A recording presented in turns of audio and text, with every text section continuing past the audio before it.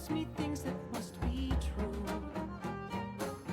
Like there's a world where I can take flight, where I can freely move. So carry me from these walls, brother of mine. Show me the world outside. It has to be true. I'm counting on you to be my wings and my eyes.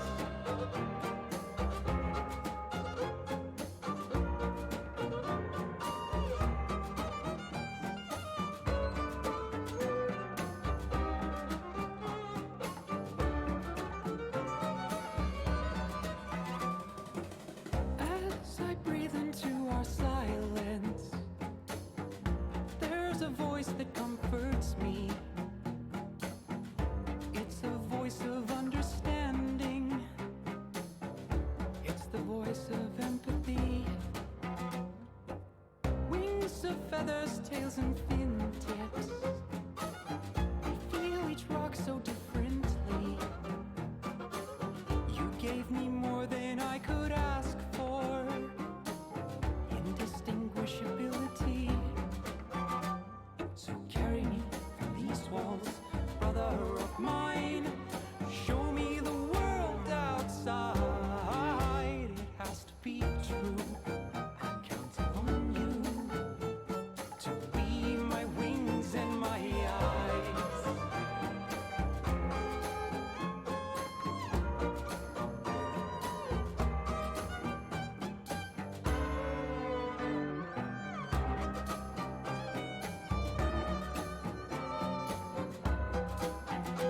So carry me from these walls, brother of mine. Show me the world outside. It has to be true. I'm counting on you to be my wings and my eyes.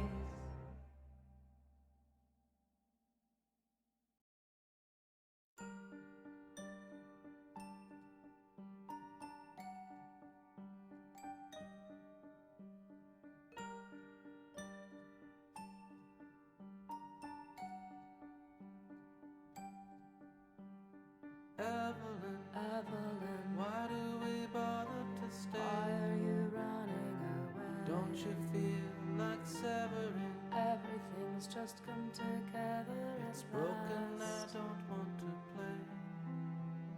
We grew up closer than anything. closer than anything, Shared our bed, and wore the same talked clothes. about everything. Spoke about so many things. What shall we wear tonight? What shall we eat today? Can we go ice But we skating? just did that yesterday. Should we be firemen? Can we be astronauts? What if they find They're not us? looking anywhere.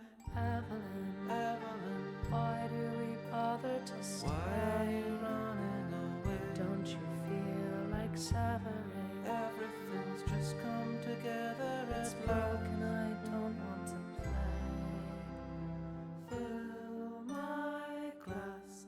Let's drink a toast. This is our So birthday. why are we weeping? At your side, I feel like a I wake up ghost, first. and I stare at you sleeping. What shall we wear tonight? What shall we eat Do you today? think I should marry We him? just met him yesterday. Should we be movie stars? Will we be millionaires? I want to be famous. They're watching us anyway. Evelyn, Evelyn, why do we bother to why stay? are you running away? Don't you feel like severing? Everything's just come together. It's Broken, I last. don't want to play. We grew up so very close. A parasite needs a home. I'm only trying to do what is best for us. Well, I never asked for this. I never wanted this. All that I want is some time to myself. Looking in your eyes, I'm coming Just get home. away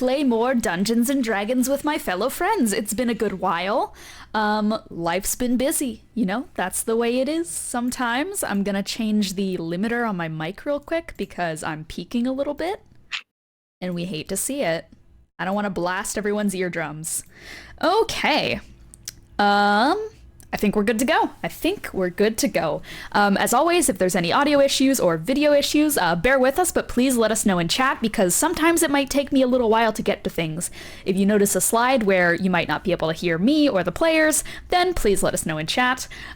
This is, of course, like a homegrown D&D thing. We don't have a team of people controlling the slides. It is literally me on a single monitor, juggling, running the game, running the stream, running the music, running away for all eternity, never to be found again, only to show up on one of those crime podcasts where people think that, you know, there's a giant conspiracy to cover up my murder.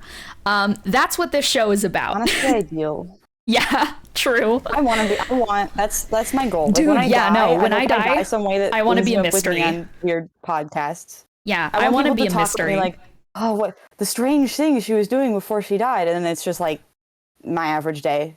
Yeah, with no changes. I want them to be like I want them to say some wild fuck off theory where like they go to one point, it's like, and now we get into the theory section. Theory number 1 is that Dean was involved in the occult and had summoned a demon who killed her.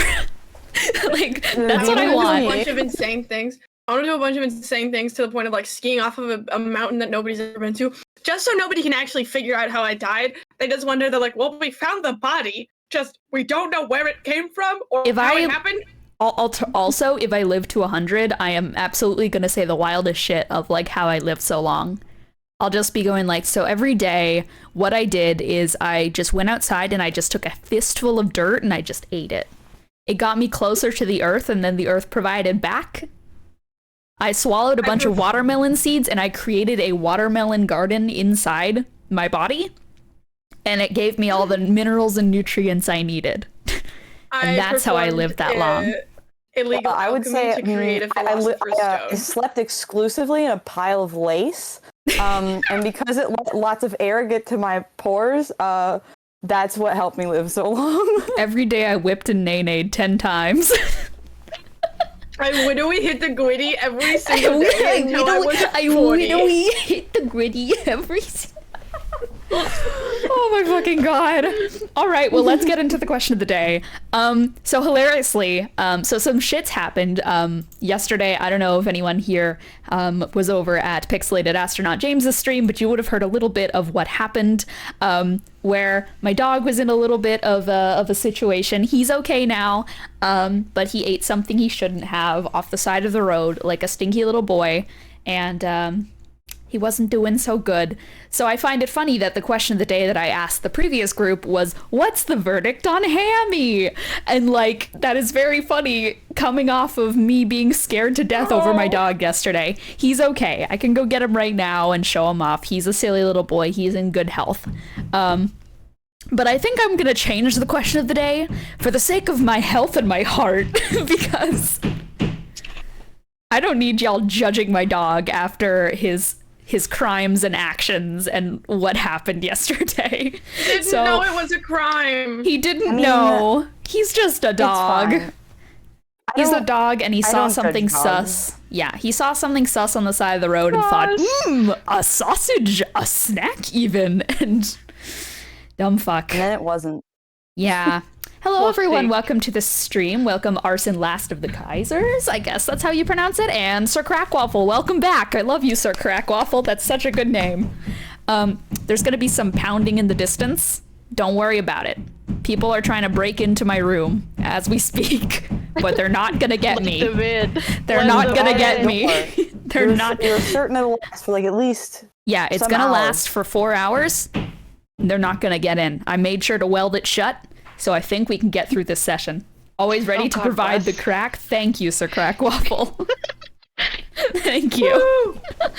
I was literally about to like just say like off the cuff, hey, we should make the question of the day, what's your favorite crack? But that's not something I think we can answer. Oh my god. Never done a drug in my life. Sense. It really doesn't. What do I want the concrete. question to be? Concrete. I like concrete cracks. Yeah, that's a fair answer. They're That's not, a very they're fair not answer. as good as asphalt. I like fault lines. Yeah, these are I actual live by a fault like. line. I think I actually live by a fault line. What is your favorite natural phenomenon? Like in nature. Let's go with that, you know? I feel like there's some good things. I feel like we're all like neurodivergent in the way where we know things about this stuff. I think I asked about like what's our favorite astrological phenomenon the other day, and that was really good. So I want to go with like what's your favorite natural phenomenon? So starting off with me, it's me, boy, the one who lies. Speaking to you inside your brain. My favorite natural phenomenon, there are so many, but I think the one that I want to highlight is the fact that there is a specific type of lightning strike that can happen, where it's basically an orb. It's called ball lightning, where basically these like luminescent spherical balls of lightning just appear during thunderstorms, and they just float around, and it's so fucked up, and it's literally just a D&D spell IRL. Yeah. Hope that there's a machine out there that can make these, because I think that would be hilarious. Like, I know that there's places in the world where you can like get suited up in armor and hook yourself up to like a Tesla coil and start shooting electricity. I know that's an actual thing you can do and sign up for, and it's fucking ridiculous, and why the fuck would anyone do that? But also it's cool as fuck, so I kind of want to do it. But I want there to be a ball lightning machine, and it's literally just a spell. And it's so cool. Honestly, most of what I know about ball lightning is that apparently my aunt, my mom's sister, like when they were little, one just went through her room, just through her bedroom. Dude, okay, window, that reminds me. I know that there's like one account of ball lightning coming down through a chimney. It's basically an elemental. You're coming across a creature. It's fucked up how, like, just imagine just seeing a ball of lightning just fuck around through your home. They're just waltzing about. What do you do about it? You can do nothing about it. Yeah, it's lightning. It just went through the room. It just, damn. I don't know. I think it just like, I don't think the window was open or anything. I think it just. I am convinced that ball lightning is one of the reasons people think that, like, spirit orbs and ghost orbs are real. And that's why I think it's very cool. Oh, I probably shouldn't be looking at this Wikipedia page, because I indeed have found out that there is a section here telling you how to make ball lightning in your microwave. Wikipedia probably should not be telling people how to do this. Yeah, but it's really Don't easy. mind me. I'm just Googling something really quickly. No, guys, we're not making ball lightning. Holy We're shit. not. It's not in your microwave. If you just microwave a Science grape, project. We're all gonna blow up our buildings. Holy fuck. No, I know better than that. Yeah, ball I lightning don't. is basically an IRL D&D spell. Morgue, but with a little hee-hee emote at the end. Who are you? And what's your favorite natural phenomena? Why Morgue? I play Arden, and my favorite phenomena, the sky. Yeah, Just in general. it's so pretty. I get distracted by it sometimes when I'm driving home. I'll be like, oh. I'm like, fuck, wait, no, look at the road. I hate being in a city where there's so much light pollution. I want to see stars. I live in the Midwest. It is completely flat. Like Have the you ground, I ever- mean, it is I want to completely be flat. there. Morgue, have you I ever mean, done if the you thing? don't want to, just take the train. I'm gonna take the No, train is it- down and I'm gonna look at the Apparently sky. There's a bus from Toronto to Detroit, and I know there's a train from Detroit to Chicago, and then Damn. obviously there's a Chicago train. I'm from, on like, my there to way. near me. Yeah, I mean, anytime. It's on site. Hell yeah, fuck yeah. Have you ever done the thing where you drive all the way out to a really unpopulated area, like where my mom grew up, and like you just turn off all the lights in your car while you're sitting at a cornfield? You're like, wow. I mean, I've that's done basically my this. house. Sorry. Oh Like, my that's- god. That's just When my I used house. Like, when I used to we don't live in really a have smaller exterior province. Lights. The only light pollution is there's an interstate like near me, and Yeah. so that like there's light that's coming up for that just because there's like a a crossing or whatever. But for the most part, like yeah, it's real dark. I guess if I wanted to drive like a few miles that away, then I could probably get somewhere that was like really, really dark. But there's always people's houses with like the external lights, and I'm like, why? There's like so many ways that we as humans can just like prevent too much light pollution from going up, like having those street lamps that point down and have the hood over them, but we just decide not to. And I know, it's lame. to those Or, like, if people you're out who here, are planning why do you things out, have- like, Why do you have a light that's just on always? Like, yeah, have a motion sensor light. Like, that's what we have. yeah, do that. Just make it. Stars are pretty, and the sky is really pretty, and I want to see the sky. Thank you. Yeah, That I was stare at the actually. sky constantly. That was genuinely. It makes like, me this a is hazard. this is an There's barely aside. anybody else on the road except me. Because I think what sometimes we're I'm staring learning at the here- sunset and I'm like, whoa. What we're learning is like all of us are kind of hazardous because the instant I mentioned that you can microwave ball lightning, everyone was like, ooh. And Morgue is driving while looking at the sky. I'm a good driver, but it's just sometimes I'll get a little distracted. But since I live out here, there's nobody else on the road, so that's part of the problem, right? Like I'm driving like 20 minutes to get home, and there's nobody but me. So I mean, it's not like nothing bad's ever happened. I'll just be like, wow, I probably shouldn't be looking at that. Yeah, no, good that you're safe. But additionally, I just want to quickly say an aside. Some people got a shit horoscope one day and committed to fucking over the stars. What the fuck are you talking about? Sir Crackwaffle, you're living up to your name. Yeah. That's amazing. Oh my god, good. that's great. I get it. I get it. They were like, wow, okay. Well, if the stars can't see me at all, then I'm immune. Yeah. One day, actually, sorry, this is, I'm trying to think of an aside. I keep forgetting it. Yes. So one time, or no, it was while I was watching Last of Us recently, and I'm not going to spoil anything, but the scene that got to me the most, besides like the obvious ones that are going to get to me, the ones that are designed to make you cry, I started crying over a scene where they looked up at stars because I hadn't seen such pretty stars in a while, and I just saw that scene and I was like, oh my god, with humanity having been ran down, they can actually see the stars. I'm gonna cry and shit my pants. This is so, I'm sobbing and crying, and I'm crying. And just the sky is beautiful and I want to see it more. That's where I'm at. Yeah, I had a friend come over we did some sewing. And we went outside at night and my dad like had lit a fire, and she was pretty floored by looking up at the sky. I was like, yeah, sure. I'm on my way. I'm taking that train. Oh, something just happened. Who are you? And and something just happened. Who are you? And what's your favorite natural phenomenon? Do. Hi, I'm Kiki. I play Lelee, and my favorite natural phenomenon is not so much like a thing as it is a creature. I'm not big into marine biology as much as other people are. Someone send CC in here. Actual marine biologist.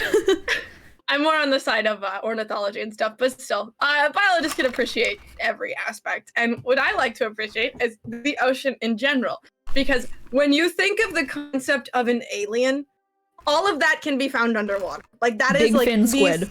That is exactly what I was gonna bring up. That was my phenomenon, was the big fin squid. Recently there was a video released of it hunting in the last year, I think, which kind of like showcases how it is able to move. And I don't think I've never seen them move. How the underwater pressure of being so down deep in the ocean like allows you to move in such different ways. Let me fucking peep this horror. I sent the link. What the fuck? But they're so crazy. Like logically, you wouldn't look at a big fin squid on the surface and say, "Wow, that thing could move like that," because the air above here is not as pressurized and isn't as heavy as the water in the ocean, because the water in the ocean can hold them really, really tightly compact, and your face is really funny. What the fuck? Damn, this is beautiful. Okay, I hated big fin squid, but this looks like a fucking like an angel. What is happening? Okay, I'm sending the video in chat. Like, God damn. Look at this thing go. Yeah, it's like I think it's fascinating because you realize I hate that big fin squids, but damn, they're kind of impressing me. Between that and like the fact that a lot of like undersea, really deep water fish are translucent because like nothing. And they're transgender. No light, and they're transgender, but there's not enough light that gets down there. There's no light. So they're translucent because the fish aren't gonna see their guts. Fish aren't gonna see anything. So cool. We know less about the ocean than we do about the universe. I have thalassophobia, so the ocean kind of fucks me up sometimes, despite the fact that sharks are my favorite animal. Hilariously enough, I always say that if I wanted to go into the deep ocean, I would want to do a swim with sharks because I would feel safe around sharks because I know they're the apex predator and nothing can hurt them besides humans. So I would feel safe swimming with sharkies. But in the open water, I don't know what the fuck is down there, and that freaks me out. If I'm with a shark, if I'm with a great white, we're chilling, we're vibing, we're friends. Guys. I love that, man. But I have thalassophobia in any other body of water. It fucks me up. But it's so cool and gorgeous and pog. That's all I can say. Yeah. I mean, another fun fact about me that is related to the ocean. I didn't see the ocean in person until February of 2021. My fun fact is that I almost died in the ocean once. Wow! I wonder where your thalassophobia stems from. I wonder. Yeah, no, I got scary. caught in a rip current and I almost died.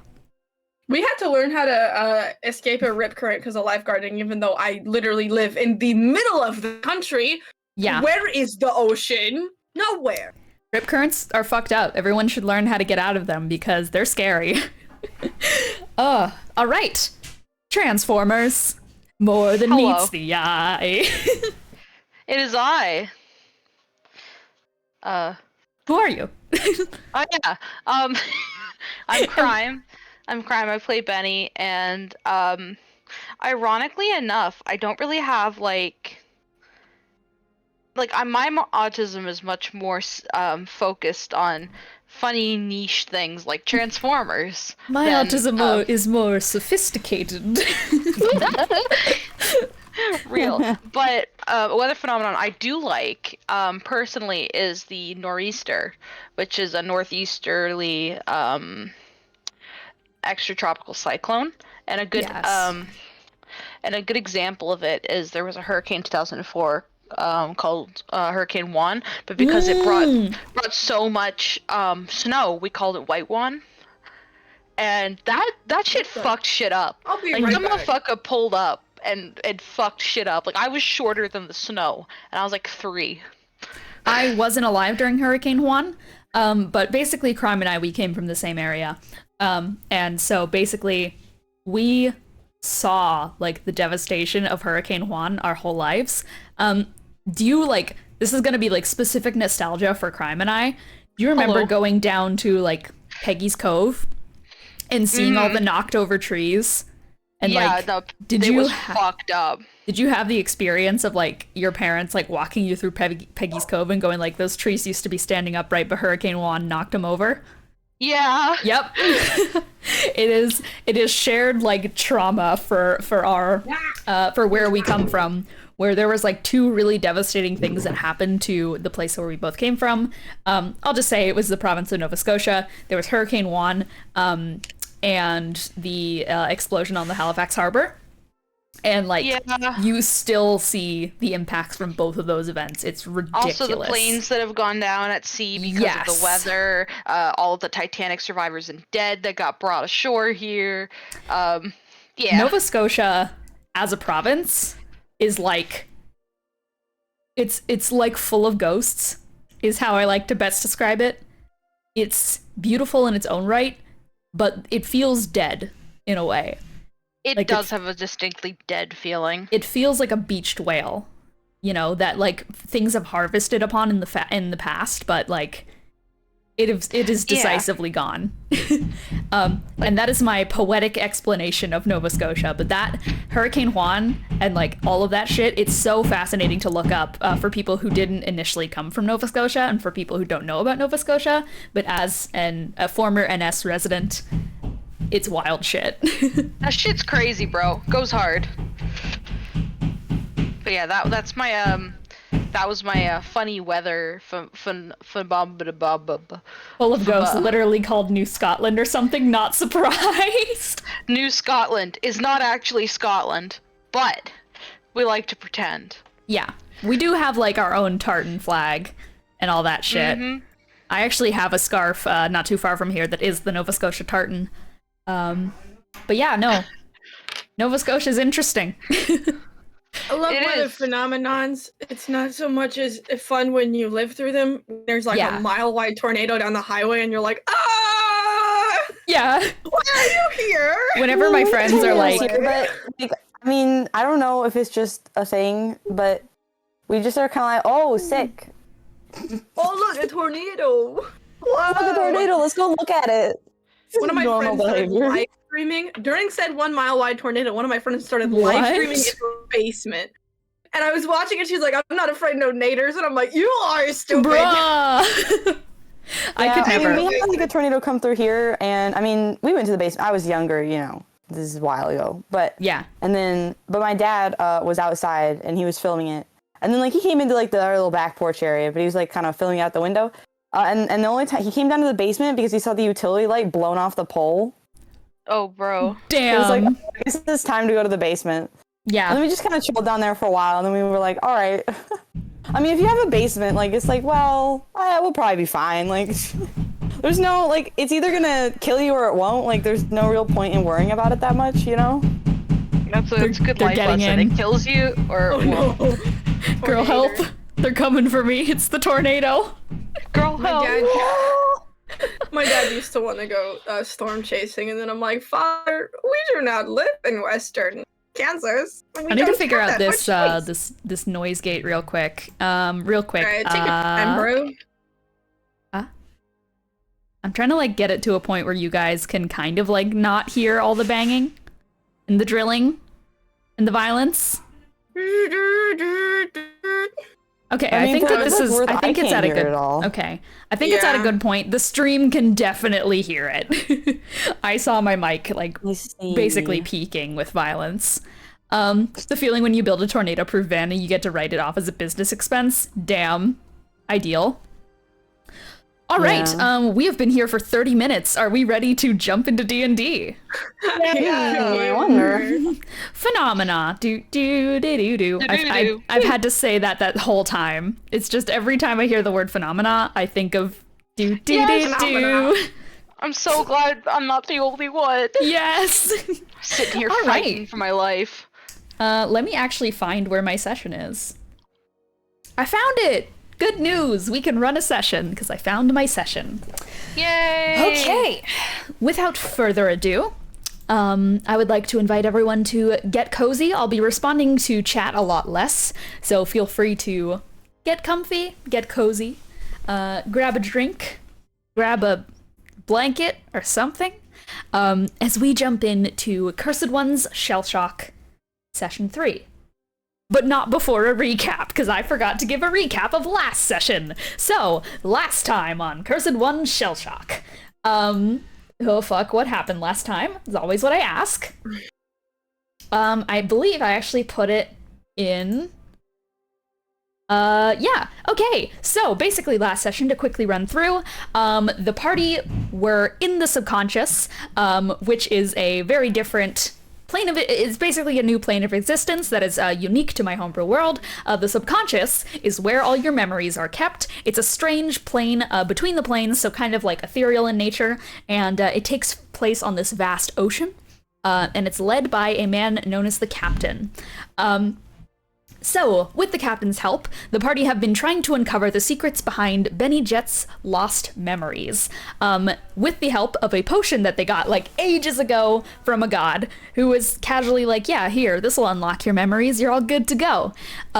So, with the allies joining them, that being Lee and the Somnambulist, a former villain to the party, they are making their way through the subconscious and trying to find out Bennie's forgotten memories. So last session, the Somnambulist was getting very upset at everyone. Basically, she has been trying to steal some of the precious cargo that the party happen to have on their person that they're trying to lock away in Bennie's mind. That being the two eyes of gods, the Pantheon eyes. So the Somnambulist wants to take those, basically, and she managed to obtain one, only to get absolutely fucked up and destroyed, and God damn. The party decided, yeah, we're gonna help you. It's fine. We're taking a truce. We're taking a tea. It's fine. We're gonna heal you, and it's gonna be okay. Let's truce on this game of murder tag. So they came to a truce. They healed her up. But her face was kind of leaking gross goo, and she got kind of limp and seemed to forget everything really quickly. Something's going on with that. So they just decided I'm carrying her around. We're gonna piggyback her around, and we're gonna keep going through the memories. This last memory that they went through was basically going through the memories of war. They found the point where the Curse War ended, and it was basically going through the tragedies and chaos that were happening near the end of the war's lifespan. They found Harrison Hayes, to which Lelee dragged him to safety, not thinking that it would actually do anything in the future. Because, you know, this is memories. It's not going to affect time or anything, is it? Is it? It's just memories, right? We're not time Is traveling. anything ever just something here?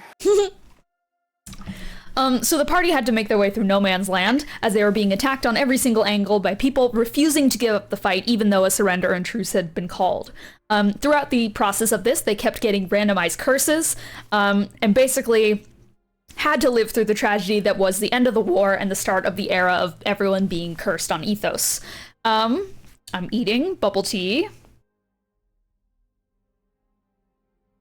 They got to the end, where they managed to find the memory and unlock it, to which basically more revelations came afoot, in which Bennie remembered his last encounter with Genesis before the war ended. And then they all sat down to talk, and that's where the brunt of the session took place. Bennie spilled the beans about how Grimoire was a traitor, and how everything was his fault, and how all of the casualties were part of their messy breakup. It was chaos, and at the end of it, they all came to the revelation that, oh, if Grimoire has all the artifacts that they need to take down Curse God, and Grimoire is working for Curse God, at the very least, then they all but won. And that leads us to now. That wasn't the best recap, but it's like the gist of things, basically just revelations of shit is fucked and we are all doomed. Because the villains have the things that need to stop them. They are in control of that, etc., etc. So, without further ado, I suppose let's actually jump into the session at hand. Cursed Ones, Shellshock, Session 3. Always gotta take a sip before we start. My snake has come to sit with me during the Oh, session. Snakey! I love that. Yes. Anger, confusion, laughter. Wish spells don't work. Killing the Pantheon members doesn't work. You guys tried to kill Curse God and it didn't work. Nothing works. You're doomed. We're all doomed. He won. He won. Hurt, pain, fear. Ravens circle above you all, cackling and crying down onto you. It didn't work. It was all for nothing. The flap of bird wings is so familiar, it hurts. He didn't need to die for this mission. This mission that could have all been a lie. The cacophony of cackles is deafening as the grief of this past year. People are counting on you.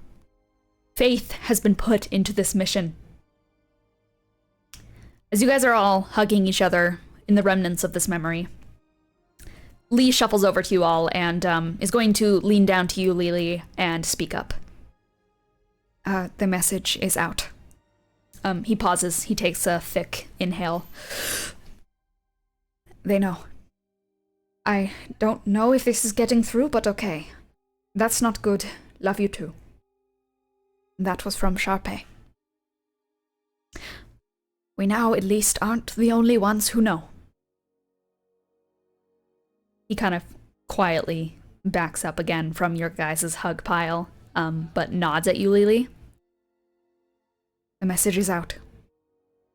You can at least rest easy in knowing that Sharpay knows, and the others know.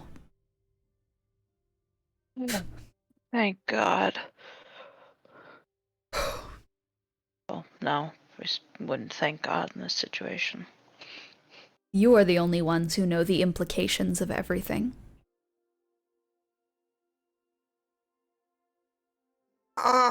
I Yeah, actually, speaking of implications, like, I actually don't really. Arden is come see come saw on the implications. all right. She's gonna she's in this she gets down to this squatting position. You know, the one where you don't want to stand anymore, but you really don't want to sit on the ground. Yes. And she shifts to look at Arden, and she's like, okay, the basics, without getting into every single little thing we've done over the past 1.5, 2 years. There are these artifacts that were scattered across Ethos. A staff, a pair of dice, a rose, etc. Yeah. And we were hired by the conductor of a giant worm thing called the Pangea Mm-hmm. to collect these because he wanted to cure curses. Yeah. That I'd kind of picked And- up on. Yeah. So we went around collecting these things and all was fine and dandy. And then we get to Wolvenshire, and you know how Wolvenshire is as a concept. Everything sucks in Wolvenshire. And we get there, and there's this thing in Wolvenshire, like a little containment facility. Not facility, I don't even know what a facility is. This little hole in the ground, like a makeshift jail cell, where somebody had tried to contain something. Uh-huh. Now, this was back when I still had my eyes, and I've seen the Pangea before, so one can only make the comparison between the size of the Pangea and the size of the hole in the ground. Okay. So, what we're getting at is the fact that Conductor is either Genesis, working for Genesis, or is some poor guy that got swept up in all of this and is possessed somehow, like the eyeballs do to people. Mm-hmm. We have been giving the artifacts that should have cured curses, i.e., put Curse God in a hole again, to Curse God. Okay. And all of the things, all of the people that have died leading up to this, died for nothing. I mean, they didn't die for nothing. You clearly had a goal in mind. It's not like you Yeah, knew it but- was going to go poorly. That's not the point. It's No, but I also... Arden, listen. I know you're trying to help. I know you're doing your best, but you're 14 and I really don't even know why we brought you here, because you're young, and I don't want you to end up like anybody else. I mean, it's okay. I've got a therapist. No, I Therapy mean dead, won't Arden. fix- I don't Yeah. You mean want you to dead? end up dead. That I won't mean happen dead. either. Like, I'm pretty sure if I died, my mom would kill me. Yeah, with one of our party members, I think he escaped death more than should have been allowed, and that didn't help. Hmm. Well, I mean, for whatever it's worth, if it makes you feel better, if I do die and I'm brought back, I'll definitely be grounded. So, I won't be escaping death more than once.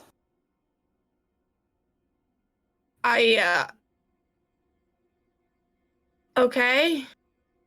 I don't know. I'm not sure. Like, I don't know the exact details of bringing people back from the dead, but I mean, you can as long as you do it within like a minute, right? Like, Well, So- there's Revivify, and then there's Resurrect, which is what happened to me in the Feywild, which is why I was a plant Mhm. for a good couple weeks. mhm. And then I think there's other ways of bringing people back, but then they come back wrong yeah, and wormy, yeah. and we end up in a box suffocating to death. So I really feel like we should go with the one option. We should also not make it an option, because no one's gonna die. Yeah. I just, so with the objects, you were gonna put the curse god back in a hole. Well, I'm we sorry, didn't I know just- that. We didn't know what he was gonna do with them, because Well, no, we were but I just- mean, like, So, were you trying to Kill him. imprison the curse god with the objects? No, we're gonna try and kill him, but Okay. seeing was as he most already- likely... He was Yeah. already prisoned. That And was then the he- point. That was the point of the end of the Curse War. He was supposed to be imprisoned forever, but he had a didn't work. contingency, which was if he were to be imprisoned, curses would reign out as a pandemic throughout all of Ethos. Oh, okay. That So explains that- a few things. Yes. So his contingency was to curse the entire world if he were to be put at bay. He was put at bay, but now the contingency is out. The devices used to put him away were scattered to the globe, and I suppose now you were trying to collect the artifacts to stop the contingency. To not just have him locked away, but perhaps to kill him. I want to assume that that was your goal. I think in the first place, we didn't really know what was going on. We just kind of got told to collect them, and then we went and we collected them, and then we had this talk with Conductor, and now I'm realizing that he probably lied to us about that too. Because he said he wanted to kill him. And you wouldn't kill a guy you're working for. But You might. Wilfred trusted him a whole lot. And, you know, part of me wants to think that the guy in the Temple of Genesis in Wolvenshire was actually Genesis, and then we're just getting tricked by some trick of the subconscious or something, and Conductor is actually a good guy, and all that trust isn't unfounded. But I don't know. I assure you, there's nothing good about that man. I just couldn't remember. The only thing that could change a memory to make it different would be magic. I don't know if you've heard of the spell Modify Memory before. Do you know? You wouldn't know. Is there anyone who could have modified it? Besides, he casts a glance towards the somnambulist. And I think he grits his teeth, and he is going to walk over to her, and is just going to kneel next to her. She grits her teeth. She stares him like dead in the eye through her goggles. Lee just like puts his hands together and is just going to sigh. If you modified this memory and caused all of this pain, Azalin, then now is the time to say so. Because I guarantee you, this is the only time I will be giving you mercy. If this is true. Do you hear me? There is quiet from her. Lee kind of rummages his skeletal hands together, and like tiny sparks of electricity begin to like writhe through his fingertips. Azalin, I do not want to hurt you, and I am not planning on hurting you. But Elle is not as merciful as I. And she will take control of the body, and she will make you tell the truth. So be honest with me up front. Did you modify the memory, or are we working with the truth? She laughs, per usual.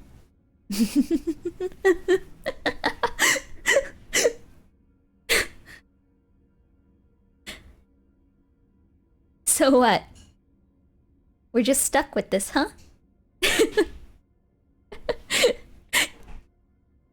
The enemy has your artifacts. So we just can't? We can't cure curses? I'm just gonna be stuck like this forever? I mean, we could probably steal them back. Lee stands up. We are working with the truth. Oh, wait.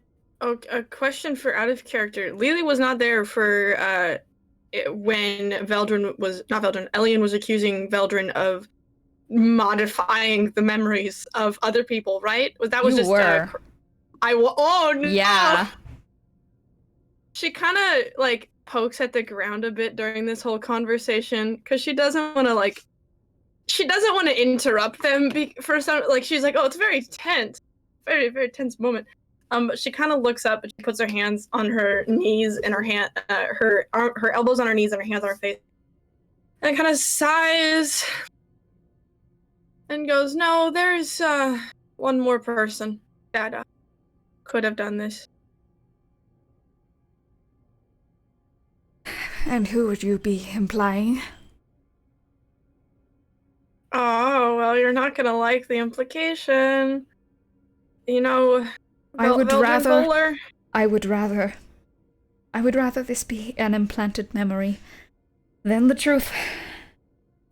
Well, Out of character real quick. Rewinding to the last episode. Oh my god. Yeah. For real. I remember Bennie had one of the visions. Was Veldrin in one of those visions talking to him? Yes. Okay. Veldrin was a disguise that Curse God was using when he confronted you. Yeah. He took the form of Veldrin. oh!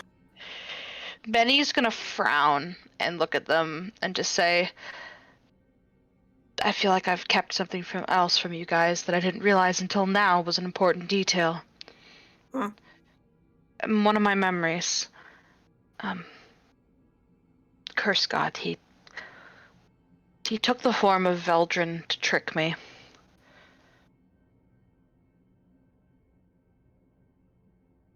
Elian was accusing Veldrin of replacing their memories during that fight back at the archives.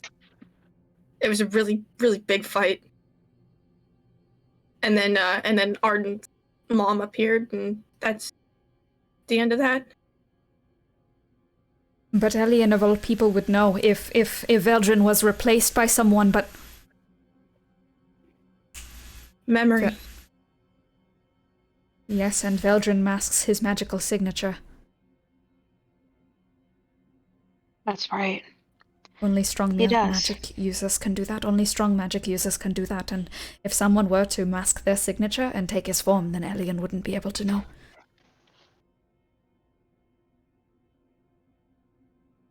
Well, then how did he know that he was modifying their memories?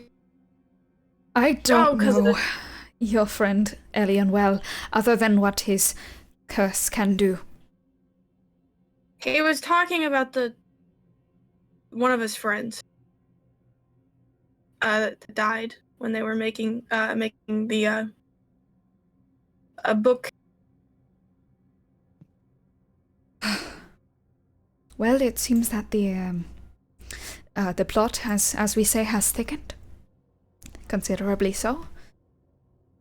So there's a chance that it could be implanted and that we could still be on the right track. Not implanted, but messed with somehow. Altered. Twisted. What that means. Thank you.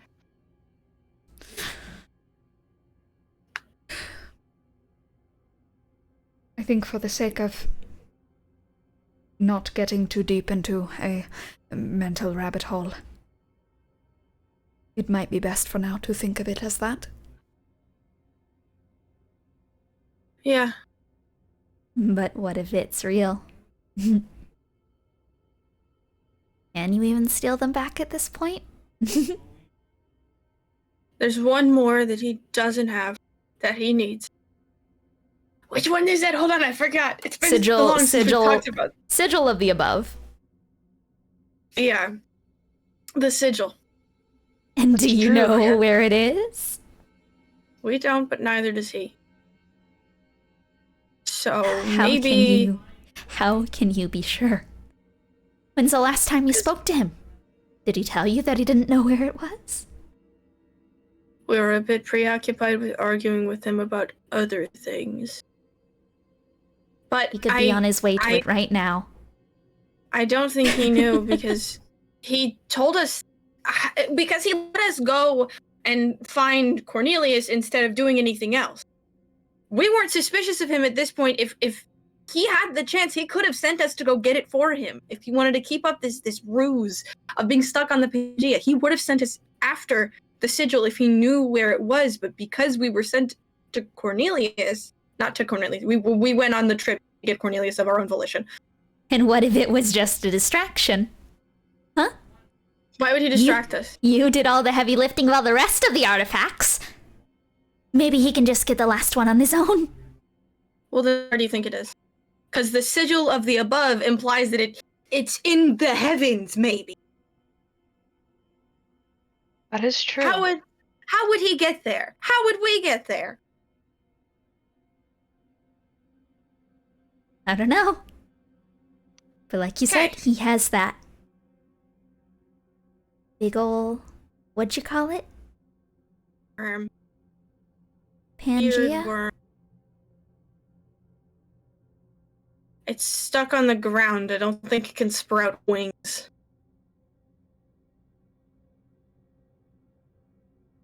And My dad has used that name before. oh no, what do you mean? Heard him say it.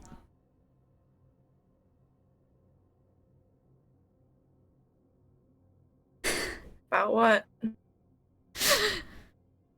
You wanna share with the class? Maybe?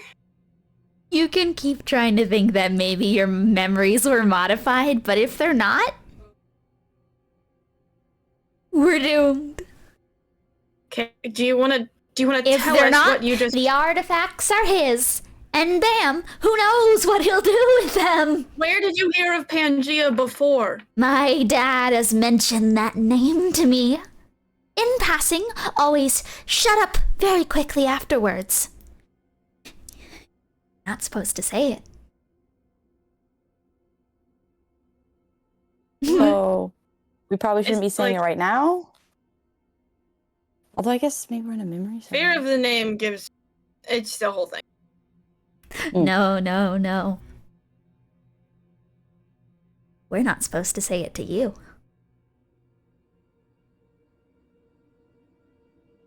I'm to me, To all of you.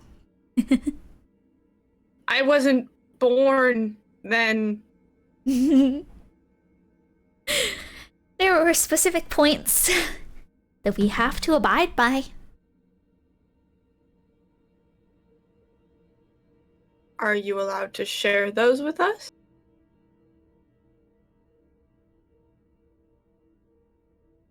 My uncle is still out there. So there's not much more I can say. Your uncle?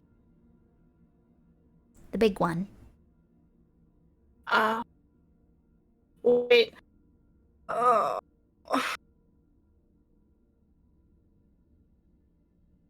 This much thinking makes my head hurt. I guess it has something to do with the fact that we're all blood connected. If this hypothetical that you guys have thrown out the window so easily, even though it's implanted in your memories, and well, something this far locked away would be hard to modify.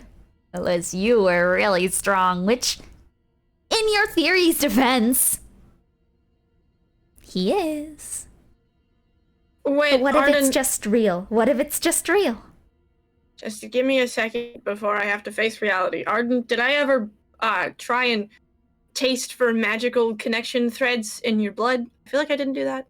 No, you did. You bit Did? me. I assume that's what that was Okay. about. Yeah, I was. I didn't do that to Eros. I should probably do that next time. Yeah, probably.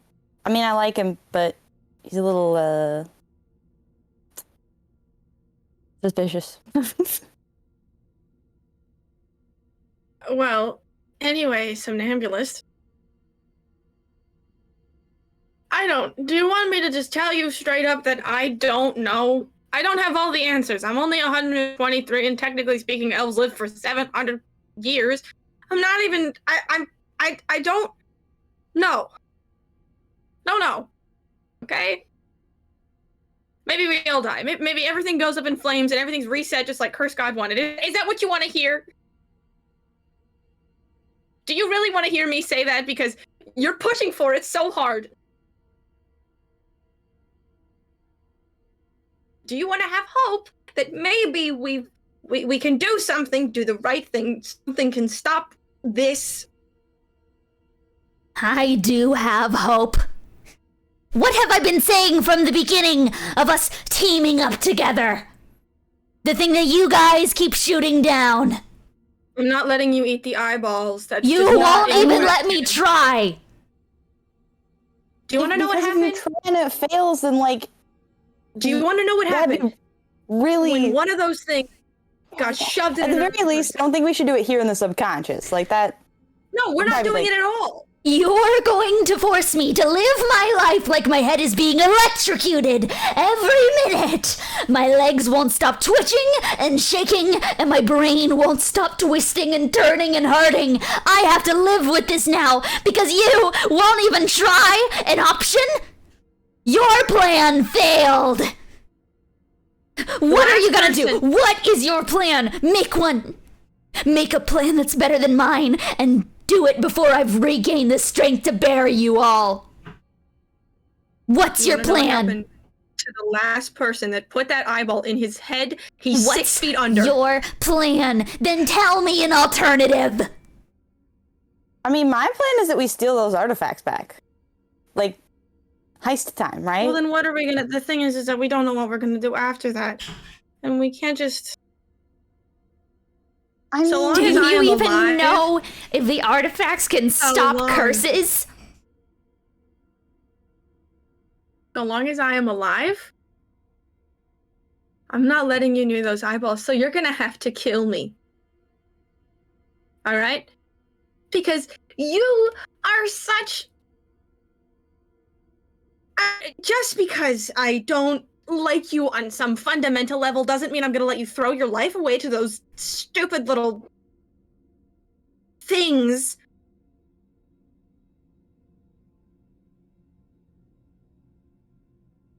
I'm not the plan guy. I don't make plans.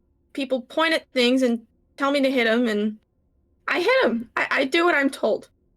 Okay? I've only ever been good at doing what I'm told.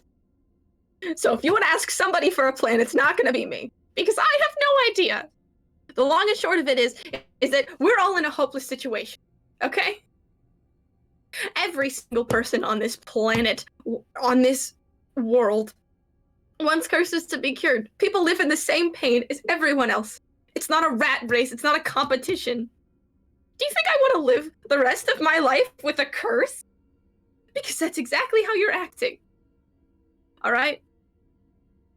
And I gave myself this curse by allowing myself to be so stupid. So if you could just... If we can't come up with a plan at all right? If one day I come up to you and I say, Somnambulist, we are out of ideas, I will let you throw your life away to those stupid eyeballs, okay? Is that what you want to hear? You just go ahead and die.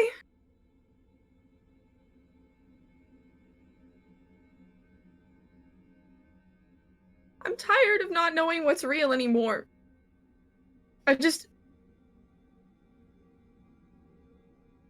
I'm sorry I can't give you the answer you want.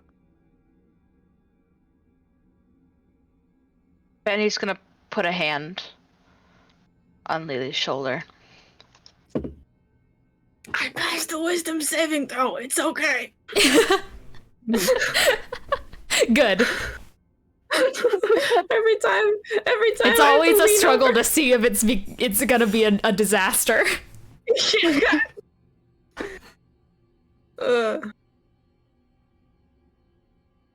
For what it's worth, we also only have like half the party here, right? I mean, if we want to come up with a plan, we should probably, you know, have everyone present.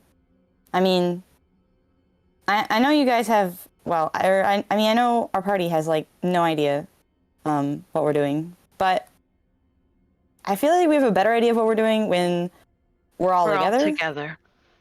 Yes. Which is why no plan is going to be made while we're sticking around in here. We are emotional and vulnerable. Especially vulnerable here.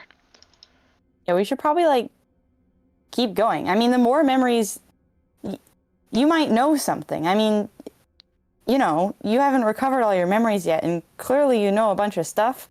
So it's possible that the further we go, the more we learn, and that makes it much easier to figure out what the next step should be.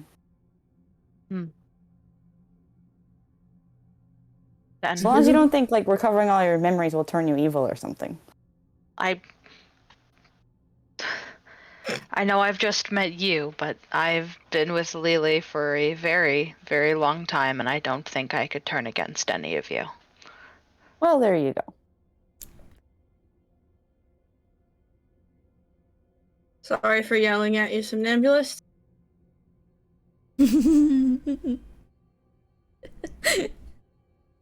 You need the whole party together. Then I hope you know that I can't let you guys leave here without the eyes.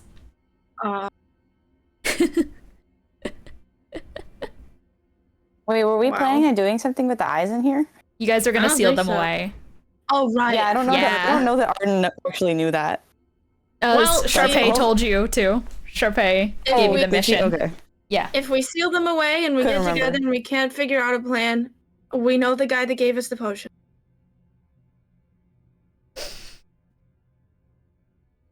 Fine. Fine. She's gonna hold her hand out and, like, she's gonna hold her hands out, like offering to make a deal, basically. And no significant, there's no power behind her words. She's just like, it's a friendly deal. She grabs it, and I think so. She's touching you, so you need to wisdom Yeah. save. But Yeah, 20, baby. all right, fair enough. Nat 20. Yeah, you Why did I clasp have her. to roll in that 20 for that? Yeah, no, it's good that you did, because if not, I was gonna have you make another roll. Anywho, because she was going to cast fear on you, to try and make it harder. Anywho, she grabs your hand, and she kind of, like, brushes her hand up and down it and goes, "You always flinch whenever someone grabs onto you." That's my curse. You know, my old one was face blindness, but dear old dad had to take my eyes out, so I can't really be face blind when I don't have eyes to be blind with. So I got a brand new one. That's why sometimes if I touch somebody, they get scared, or sometimes if somebody touches me, they get scared. It's all a big toss-up. Or wait, no. Wait, if I touch them, they get scared. If they touch me, I get scared. She considers for a second. I'm gonna make sure you feel what I'm scared of at some point. She lets go. Okay. But she shakes her hand firmly, but then lets go, and is going to back up. Lee looks at Arden, and just, like, he's, like, kind of very awkward right now, and he's like, "If it means anything, I think that your plan of stealing back the artifacts is very... I think that is a good way to go. I think you got the code cracked." Thanks. I just figured no matter what we do, we probably want to do that. Like, even if our plan doesn't involve them, I feel like we don't want that guy to have them. So, I think it's good and I to have get... always wanted to do a heist. I think it'd be super fun. I mean, I know I did a little bit of a heist on your face. You have mentioned this But- before, the heist that you did to take an eye. Yeah, so, like, Lily kind of put the prophecy in her face, which I mean, it's a long story, but Okay, basically listen, it was a dumb choice. it wasn't a very good idea, but it was definitely not going to end well. And so once when we were all again, you sleeping- guys get on me for trying to utilize them. Yeah, because I realized the consequences of my own actions. Ugh. like it's more that the critique is coming from a place of like knowing, I know what happened. you know, it's an experience. But anyway, so like we all took a nap, and I mean, Lily doesn't really close her eyes when she sleeps anymore because there aren't any eyes. So I just figured, you know, I mean, she had to have promised to put him in her face, but I didn't make any promises at all. So I could steal it out of her face anytime if I wanted to. So I did that. Eros helped. He fucked up his promise? Oh. Yeah, I mean, he kind of like, I don't know, I guess he made a deal with Lelee so that we wouldn't all die. Well, not just that, but a variety of things, one of which was I told don't him die. that he could rest in my face. Not use my body, not use me at all, just sit in my eye socket. Yeah, I mean, that wasn't For the really stopping him duration- from... Until we, but he made a promise and kind of broke it. Yeah, I mean, like that too, but like mostly it was just like I didn't say anything. I could do whatever because You I didn't mean, say anything. It was a. yeah. So I was like, I could definitely steal it out of her face with no consequences, and that was correct. Oh, you guys could have been so much better off if I was with you all from the beginning. You know the first thing he taught me? Is that he never makes real promises. Promises are made to be broken. Well, yeah. I mean, I kind of think that was like. I don't know that anyone was really surprised when he broke his promise. Like, there wasn't really don't know. a shock. Arden's really it's saving your guys' hide more than you give her Yeah, credit well, for. Without her I joining the party, you would all be dead. It's a lot of probably the weight therapy. in promises. Somni is going to walk over to you, Arden, and is just gonna go, well then, if we have an agreement then, I'll be better than my dad, and I won't break the promise that we'll all get together, hunky-dory-do, and we'll come up with a plan. But if you don't, we're going with my way. Okay. Yep. She reaches It's like into her. I She think reaches it's into kind her of a bag. backup plan, but it is a decent one for a backup plan, like a backup plan. She Mostly 'cause, looks I mean, at we're you, friends Arden, now, so I want and you to die. yeah, she reaches into her coat and she procures the jar with her father's eye in it, Mhm. and she hands it back to you. All right. I mean, I'll just put it with the rest of them. It's like I am For in now. charge with eyes. An And- indefinite timeout. Yeah. Pretty much. Okay. Well, it's nice to have you. Where to, buckaroos? I guess the next memory. There are multiple doors. There's not just one like there was before. I've been waiting to mention that, but you know, I thought we should get past the whole working out and coming to some sort of agreement with a certain stubborn person. But yes, I feel as if I should mention now that there are multiple paths that have opened up for us. I don't know Bennie, this mindscape. He looks at Bennie. Give them a look. Bennie is gonna give the doors a peek. I will tell you the exterior of both doors. Both of them are unlocked, I will say. The first one is interesting because Bennie, as you look at it, it feels foreign to you. The door is smaller than all of the other ones that have held your memories before, but only by a little. It seems slightly religious in its structure, as if it's been broken off from a sacred temple. It's held together in jade pillars with kudzu and wisteria blossoms twined and threaded around each posts. Their petals seem to fall and regenerate endlessly. They're colored a familiar lilac purple. There are shards of chrome at the bottom of the door, with waterfall mist escaping the bottom seam. They're breaking in. Hold the door! Ah! That's the sound of Bennie breaking into this room right Yeah, now. that's Bennie knocking on the door, just like, hey, what's going on in there? Open up, young man. Open up, young man. Yeah, all right. Bennie, you contemplate that door. The other So that door. one- Ethereal, kind of like Ethereal- big stone vibes. Yeah, religious in a sense. Okay, that's gonna be the religious door.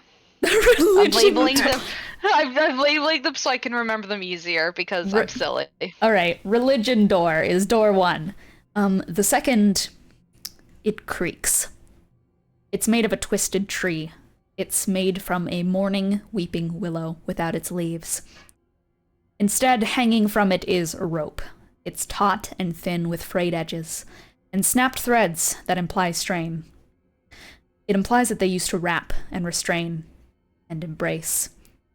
There's a croaking noise from the interior, like a toad's churning vocalizations. There are maggots in the old dead wood. The neck of the door handle is wrapped in twine, tight enough to bend the metal inwards. That is the second door. Worm door. Okay. Losing my religion and worm door. Worm door. Okay. Excellent choices. So any other choices, or are those the two that stand before us? Alternatively, there is a third one which just leads back to the rest of the ship. Okay. Bennie is gonna look to the group because this is a team decision. Smile. Teamwork, smile. And he's gonna say, whichever one you guys think should be good. I can't say I'm overly excited to see either. I don't know what either of them look like. One of them looks like a religious iconography, and the other one has Oh. worms in it. Oh, both of those are awful choices. Yes, Because unfortunately. then we've got religion and then we got worms.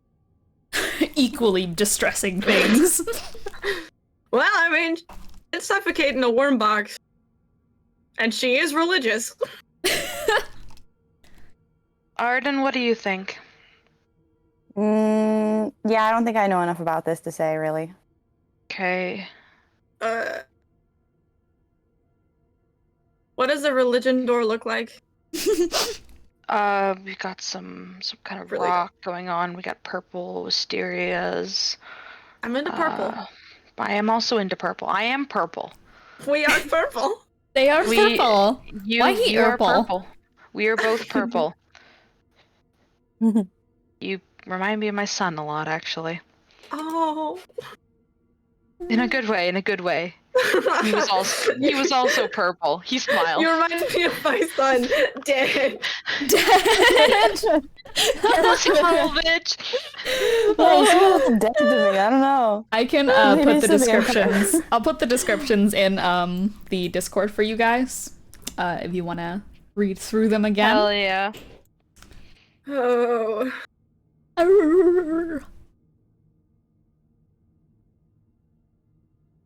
I feel as if one of them is much more inviting. Yeah, I think I I- much prefer the purple religion door. I don't like the worm. Yeah, but when it comes to, I, like, if we need to learn more information, then the one that looks worse might be... But at the same time, well...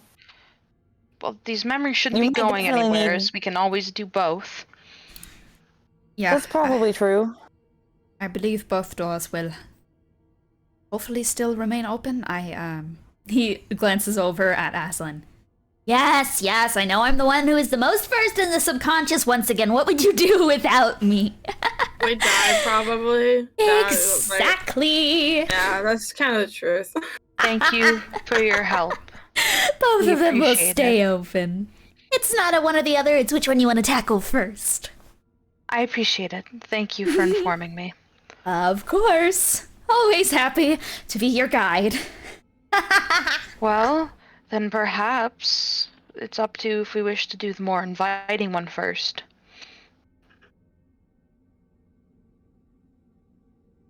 Or the one It's- that looks like pain I mean, and but it could be devastation. that the one that looks more inviting is actually worse on the inside. That's what I was thinking as well.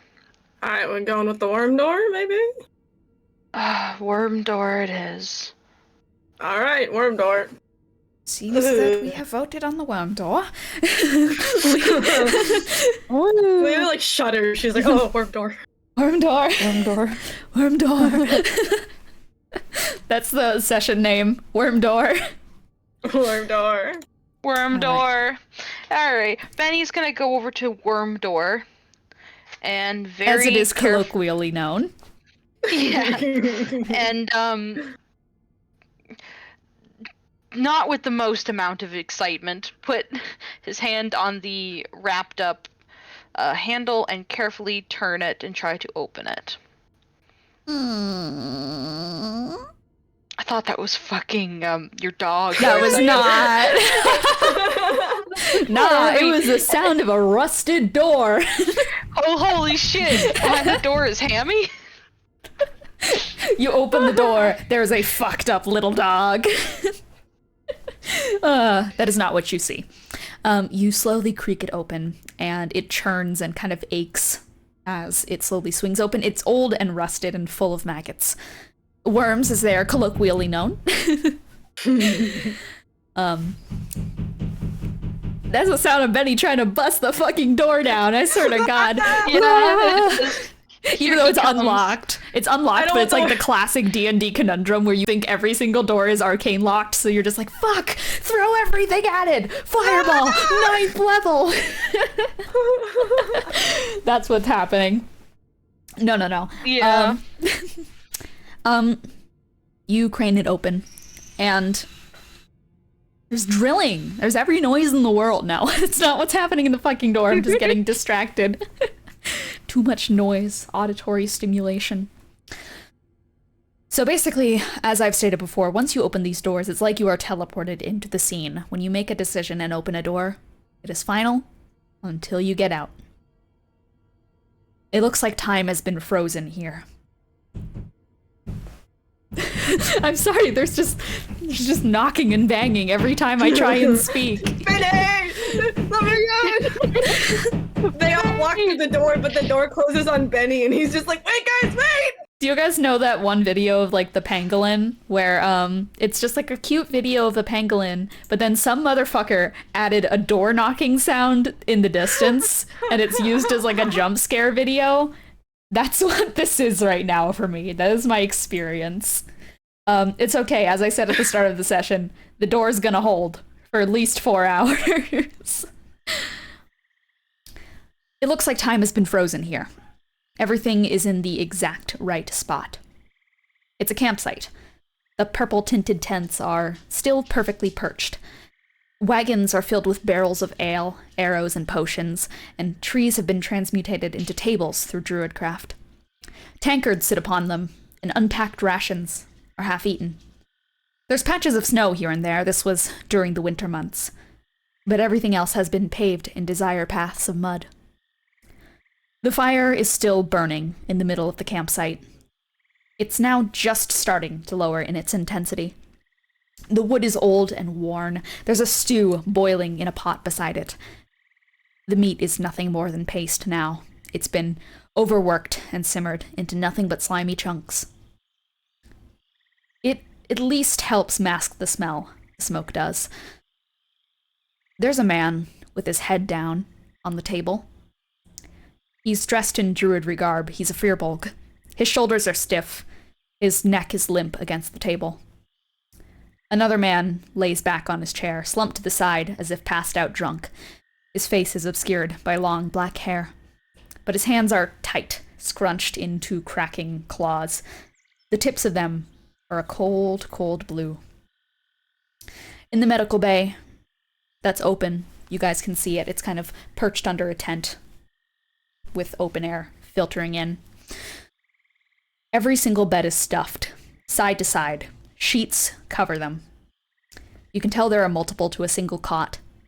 There are no medics tending to them. One of them is on the ground. Someone in medicinal clerical garb. An empty potion bottle is grasped in their hand. They're an Azamar. Their wings are pointed straight up. But most of them are on the tree, where a graveyard of knocked-over stools sit at its bottom. A branch has snapped by now. There's a pile there. The tree stretches up so far, all the way to the sun. The sun obscures its top with its glare. Like a wax museum, everyone is still, as the stew boils on the roast in the middle of the campgrounds. And that is the scene laid out in front of you.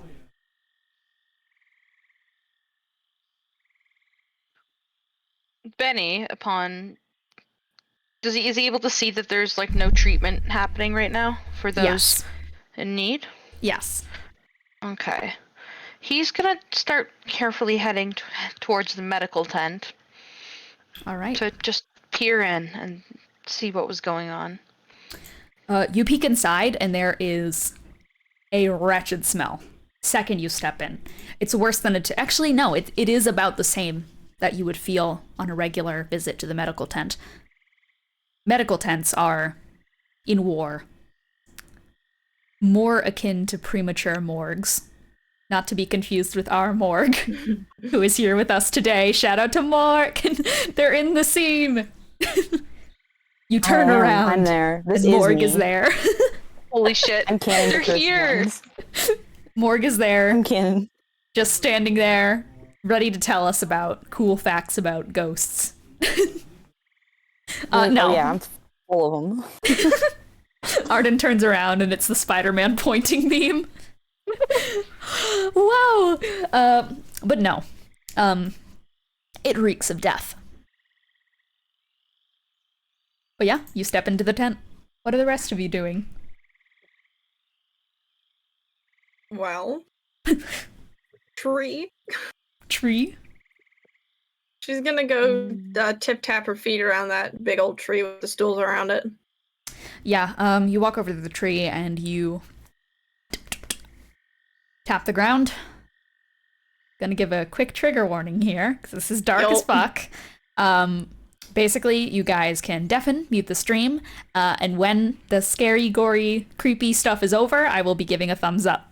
And then you are free to turn on the audio again. But it's dark shit, so everyone take care. I should be alright, just go ahead. You tap your foot, and what you feel are ropes dangling down from the branches attached to what feels like sacks of meat. Ah, Okay, we're good to unmute. Welcome back, guys. she kind of like shudders a little bit, but it's like she knows what those are now. She understands this is not a tree. A graveyard of stools is an apt name. Yeah. And she kind of brushes herself down and she just walks away. Yeah, you decide to remove yourself from that scene. I'm assuming I will ask. I can't remember if she's drank blood at all within this time frame. No, you But have would not. that affect her? Because it's subconscious. Okay, well, this isn't a thought that she would have had in character, so It's a she doesn't do mystery. anything. Well, she doesn't do anything. She just does like that was just a I thought that I have been had because keeping of, track though, but it's not been long enough to decree vampire zoomies. Yeah, I just didn't know if it would affect because we're in the subconscious. It's a mystery for now. Yeah, it's a mystery. Lee walks Yeah, over to she's- you, Lelee, and is going to put a hand on your shoulder and is going to turn you away. Go, best if we not examine that further. I already did. Yes. But, probably best to redirect.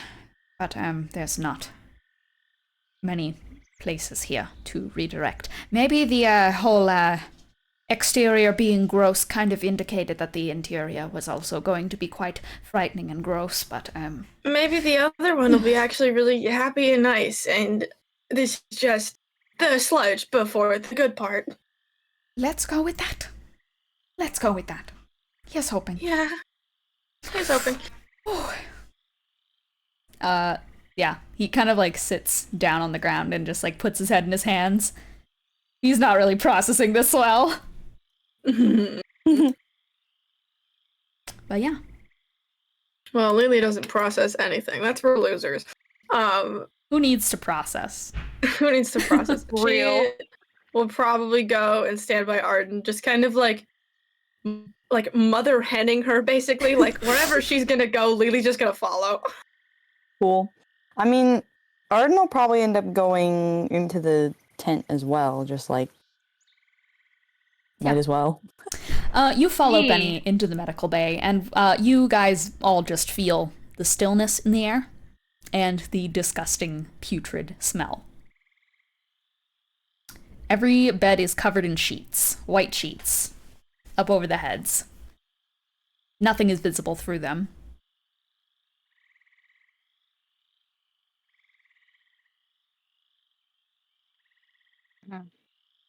Benny's gonna I mean- begin. Oh, sorry. Oh, I was just saying, I was just gonna chill here, let Benny lead. Benny is going to walk in and just very, very carefully go to the nearest body and take the sheet and pull it back just a touch to see what he was dealing with.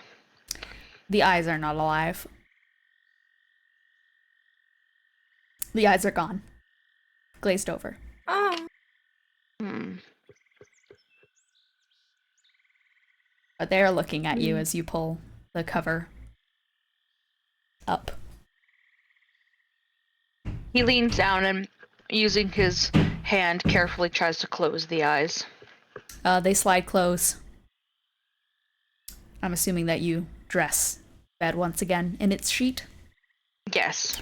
You drape it over. Your mind is dark. Our Somnambulist just like utters. DM check-in. We're all good? We're all good. Yeah, we're Cool. gaming. We are mega gaming, and I'm Cool. enjoying this immensely from a story Yes. perspective. Cool. Just making sure, because this is dark war shit, so just gotta make sure we're all good. All right. Check-in complete. You may continue. Benny is going to look around to see if there's any, like, a doctor's desk or any indication Roll of investigation. investigation. Roll investigation. I'm gonna quickly go to the Where's my- washroom. You guys can RP amongst yourselves or talk funny things. EB. Yeah, so Maybe. basically, Arden, let me lay out the whole history of the Cursed Ones as we are waiting here in this subconscious, if I can get through it. So, there was a group of us, right? About 7 people. There was Yeah. me, Sharpay, I'm not going to count them. I think there were 7 people. I mean, I won't lie. My mom told me a little bit. Yeah, but, like, you're in the party now, so you have to, like, know. You know what I mean? That's fair. That's fair. I'm joking. I don't think Ryder knows what's going on ever. And he's been here longer than you. But there were 7 of us, and we met, and we were hired by the conductor, potentially Genesis, potentially also maybe not Genesis, potentially something amalgamous there. And we were hired to go collect these artifacts so we could cure curses. And we were like, great, we're a brand new adventuring party. We don't know anything about each other. So then we went to the country all the way to the north of the world called Azamir. And we went and we did stuff up there, and then we left. And then we went to Eros, and we did stuff there, and we met a giant mountain god named Zed, sorry. And it was cool. It was a giant mountain god. We got the artifacts from Eros, and then we left. And then we went to Yashandale. And we did the thing in Yashandale, and we now own a casino. Because I killed the bug that was in charge of the casino. So we own a casino now. We got the artifacts there. That's where we met Cornelius and Hugo. Don't know if you've met them. Yeah, very much so. Yeah, I don't know why I forgot that. See, I don't process things. I just like let it go. And I think one day I'm gonna sit down for like 30 seconds and everything's gonna come crashing down like a big waterfall. But we don't talk about that. Do you want like the number of a good like adventurer therapist? I don't know what a therapist is, but basically after Yashandale, we went to Sunder, and Sunder also kind of sucked. And then we went to this one place and we got taught about the consequences of our own actions. and then we went to the ocean, and Cornelius got speared in the stomach, and then we got another artifact, and then we came back and we fought a bunch of Sharpay's old teachers, because she used to go to school, and like the teachers there sucked. So once we did that, we fought those guys. We fought this guy that turned into a genie. That was great. Then we left and we went to Wolvenshire, and then in Wolvenshire, everything just sucked. I mean, you probably just heard about Wolvenshire in general. Like that just sucked.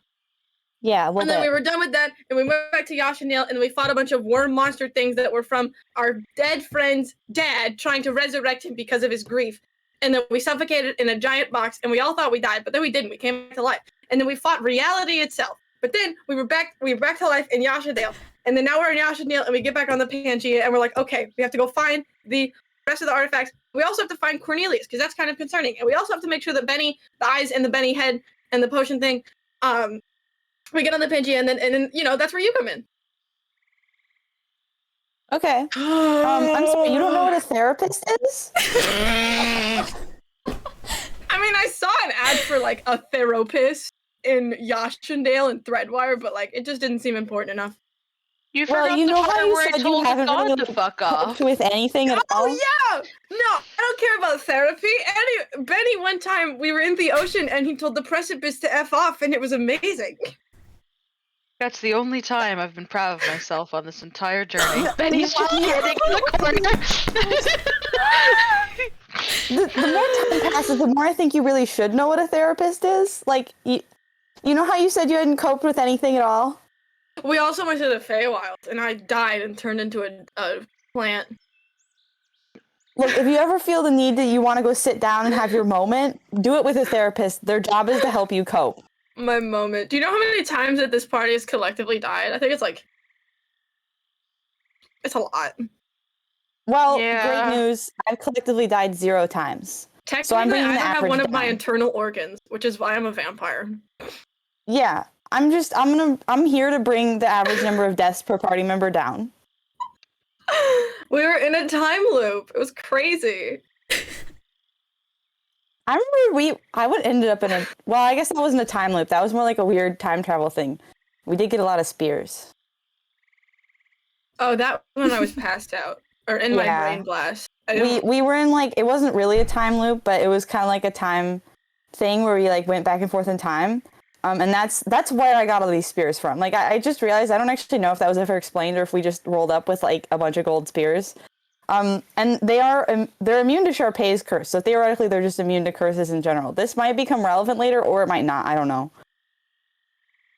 Okay, I'm gonna let Bennie go back to his searching stuff, and out of character, I'm gonna go brush my teeth because I have the taste of goldfish on my teeth. Oh man, that was. I love Arden pausing to just go I'm sorry, you don't know what a therapist is? Real. You should know what that is. You should definitely know what that There is. is one canon therapist in the Cursed Ones universe, and I introduced him ages ago, and his name is Paul, and his curse is that he is very tiny, and he is a pocket-sized therapist, and I just want that to be known. And now I think that Arden's therapist is Paul. That would be pretty funny. I just was thinking of there's just Arden technically comes from Eros. Yeah. It doesn't really come up much because they didn't stay put that much when she was a kid. But I'm pretty sure that's where her grandparents are, and so that's where her therapist is also. So I don't know if Paul is based in Eros, but I'd like to think that Arden just has a line to their therapist where they can have little sessions during long rests. And I'd like to think that the therapist is keeping up with the drama going on in the Cursed Ones campaign, and they're piecing together theories. honestly, I can see it. I feel like Arden's therapist was probably somebody Roxanne found specifically who would even because usually if you're a therapist, you have to report if somebody is a danger to themselves or others. And I'm pretty sure Roxanne went and found a therapist who is good at therapy, but also willing to keep some secrets. True. Was more willing to keep secrets than they were worried about that part of their oath. They're just We need to they're do doing therapy. we need to do a Morality. one shot where it's just Arden's therapy session. Therapy session. Honestly, like I don't know. I just kind of figured like if you have a world with a bunch of adventurers, there'd be like adventurer specific therapists, like people Yeah. who are just like they trained in that. There was Absolutely. one. Like her mom was like, well, if you're gonna be going on adventures and I know I can't stop you, I'm getting you a therapist and you are Yeah. going to therapy. Yeah. There was one in Threadwire that we had the chance process of that going shit. to. Oh yeah, no, we there could was have gone to therapy in Threadwire. We didn't. like I think there was straight up like an office for like therapy. Yeah. And obviously I as a DM will never roleplay out therapy because I'm not a therapist. No. But I would have faded to black and let you guys just Fade to black. You're in Yeah. therapy now. you're in therapy. You're in therapy now. Yeah, Arden's about to be like, you guys don't even know what therapy is. I'm dragging you to one. Like when we have a time, when we have a break, I'm taking you to a therapist. That's gonna be our next Aggressively downtime brings you session. to therapy. Yeah. Instead of going to therapy, the party did a seance of their dead friend. Yeah, and he was really annoyed with us. I think that's the opposite of therapy. Like I don't know if there is an opposite of therapy, but I think that might be it. Doing a seance might be it. Oh my god. Yeah, I feel like that's the opposite of coping is like calling on your dead people. Benny, what did you get for that investigation check? Oh, 13. I put it in the chat 13? too. Okay. You begin walking up and down kind of the aisles of this medical bay. There is no movement around you. And that is perhaps the worst part of this area, is just the lack of movement, the lack of rising and falling of chests. It's just quiet. You make your way towards a table at the back of the room that does have a number of old, very old equipment on it. There are a couple of table stations throughout the room, but you have found yourself at the closest one. It's not pretty equipment. It's amputators. There are things that actually existed, which are basically replacements for leeches, where they like stab it into your arm and they draw your blood with like a bunch of different needles. One of those is on there. There are a number of different potions that look like they're watered down. They're not going to do much. And alongside that, there's just overall knickknacks, scalpels, things to perform surgery. A lot of them are rusty.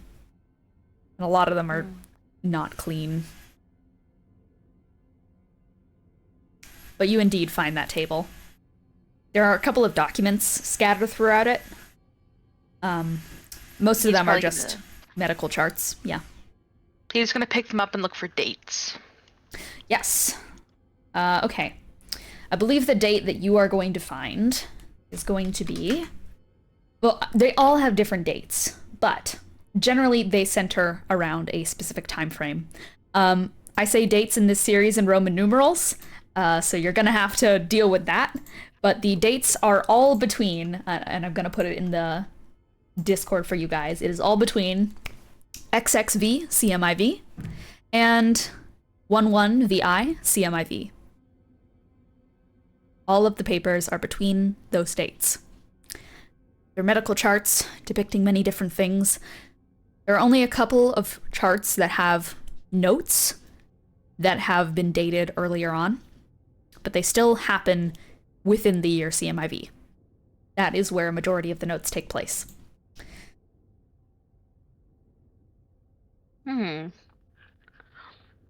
Me having to make references of what the fuck time zone, not time zone, but me having Numerals? to quickly pull. Yeah, That's all right. I'm also trying to figure out like if this would be like what part of the war, what time. This This would is have been written. late in the war. Okay. Yeah. So, yeah, this is not okay. This is the last year of the war. The war took place between, I think, 5 years is what I put it at. So this would be the last year of the war, and pretty late into it at that. All right, Benny's gonna look up Break from it. where. looking, and he's gonna look to the rest of the group and say, "These were. This is probably the last year of the war these were written, but looking at how rusty things are, I'm not sure how long things have sat. Let's see if we can just." Oh my, hello? There we go. What's stopping us from reading them? Sorry, my mic did not pick me up. Oh, nothing. I was just looking for the dates.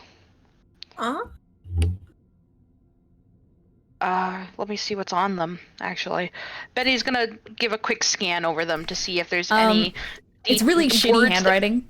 Oh no! Yeah. You can still read it, but it's doctor's handwriting. If you know, you know. Oh no! But I would tentatively say that you are able to read it. A majority of the wounds are your typical average fare for combat wounds, though a lot of them are, pretty much everyone has been written down to have a case of shellshock. It's the title of the arc! Holy Wow! They said it, boys! I did it! Pack it up, let's go home! We've done it! We won! All of them have a case of shellshock. Severe brain trauma. A number of them all have wounds related to different spells, artillery, arrow fire, though severe bludgeoning seems to be the final nail in the coffin for most people. Their cause of death has not been written down. It's just the symptoms. So, like an unfinished... Yeah, they're all unfinished. Okay. But with every single medical chart, there is an attached document, all of them dating earlier in the war. And basically all of them are charts of people's bodies and limbs, all sketched out in rough pencil and charcoal.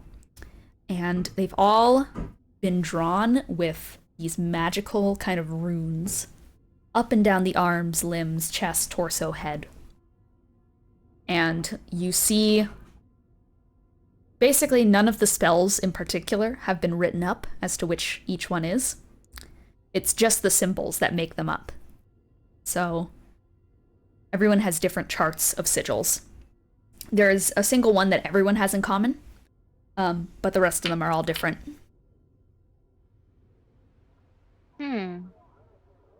So, like, I guess they modified all the people who were fighting to be more magic? Ooh. I mean, that kind of is what it looks like to me. Anyway. Do you know who wrote I'm him? not that familiar with Dr. Or not who wrote him? I guess, yeah, who wrote him. You guys want to help me try and transcribe this? I'll have you guys... Oh, yeah. Yeah, Lelee can't, but I will say, this is, like... It's hard to fully make out. If you guys want to split it between you guys and, like, roll Arcana or investigate for something particular on the notes, then you guys can all, like, divide and conquer, find specific things. Yeah. Lee will take one, too, and just go, if you want to ask me to look for something in particular, Lelee, I can try to find it for you. I mean, all I can think of is who wrote him. We might know him. Or you could just hold it and tell me if the vibes are off, Lelee. Lee will hold it in front of Lelee and just go, okay, how are the vibes? I don't know, man. I feel like they're not... He rustles the paper a little bit. How are we feeling? Not good. The paper's kind of old. The vibes are off. Yes. I would have to concur about the vibes. They are not... the prognosis does not appear to be good. All right. Silliness aside, let's take a look. Yes, yes. Apologies.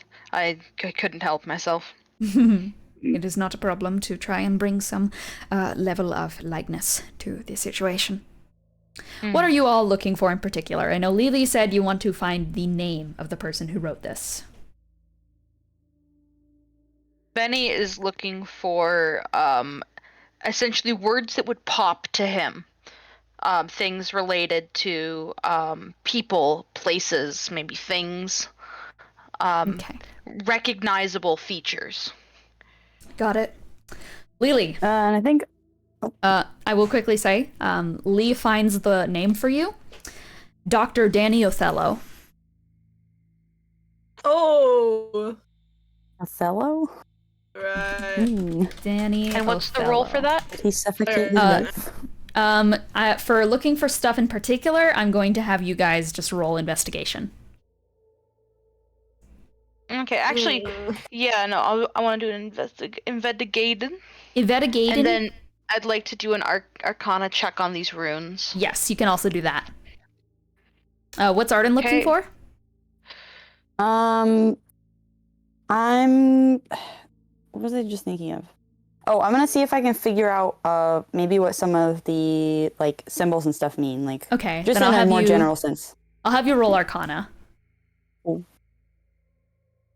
So I have a 17 in investigation and an 18 in Arcana. Perfect. So you're looking for, with the investigation, what are you looking for? Sorry, you're looking for familiar names and things that look familiar to Yeah, you. things that would pop to Bennie. I will say, I don't believe that you recognize any of the names on the chart. Perhaps they seem familiar because you've read them in a report or a record of death. You have to sign all of the death records when you send them off to families. As the general, you've spent a lot of time doing that, sending off death records. One name strikes you, but only one. Aloysia Dever. A Dever. Yes. He does say that out loud as he runs his hand over and just goes, a Dever. A Dever? Here, Aloysia, I think it's Aloysia. Aloysia. That's what it, that's how it looks, that's how it's spelled. Here. Dever. He, Dever. Dever. Bennie, also remembering that they can't fucking see, does not hand it them, but instead just reads that out to them. Huh. For the Arcana checks, Arden, I think the one that you identify is the one that, as I said, is on every single arm. Revivify is inscribed into everyone's arm in the exact same spot. It's kind of like a game of, like, what's that game where you have to figure out what each of the letters are in like a sentence? Not Hangman. Kind of Hangman? I don't know. But it's kind of like that, where you're just able to, process of elimination, you've recognized these symbols before, specifically from the Revivify staff. They are engraved into the side of it. The spell that has been on everyone's arm is Revivify. And Shards of Diamond, you see that that has been listed as a component in this modification. It has been injected and placed into their arms. That's what you see. Bennie, you find other ones. Foresight. You find Dominate Person. Commune. Guards and Wards. Scrying. There's a number of others. There are Fireball. Magic Missile. Alarm. Cure Wounds. It's tactical utility spells used in war that have been etched into people's arms. The material components have also seemingly been grafted to their bodies. Hmm. I remember this. This is utilities. It's a way that you have spells pre-prepared for the battlefield. Relatively painful process. I was about to say it was very painful to get it done, but yes. We have the same brain, bro. We do. You went right for it. You knew what I was going for. You were in on it instantly. Slam dunk. Slam dunk. Set up and payoff. We love to see it. Oh, absolutely.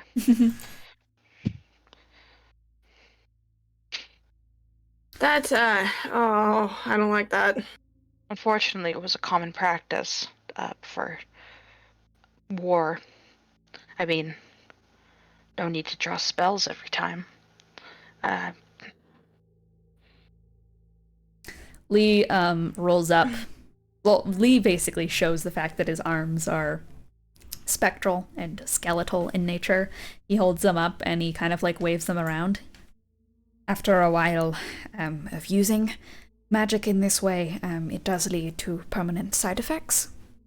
He kind of weakly smiles and then lowers his arms and kind of like pulls his sleeves over them. A little more than they were before. Oh. But yes, very common practice. I guess. Warfare's warfare? I don't know. It should not have to be. But yes, that is the way that things were. War is war, and war is hell. And war never changes. It never does.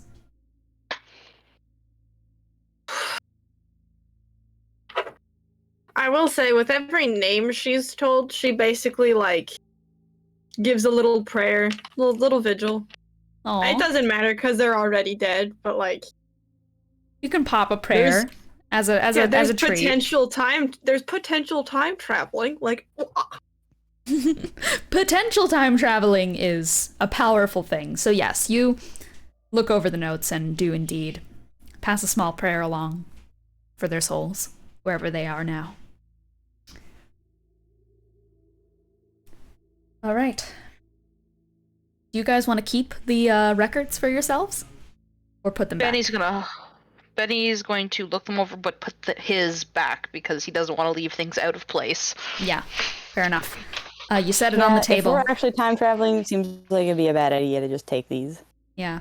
But I'll probably like try and write down what some of the, general Sounds good. symbols and stuff were, because it seems like, at least the ones where they're just people with like stuff on them, I'm just like, Yeah, you can absolutely like take a sheet of your own parchment and kind of like etch in the basic shape of the symbols, perhaps to get them like appraised later by someone who knows magic symbols a bit better.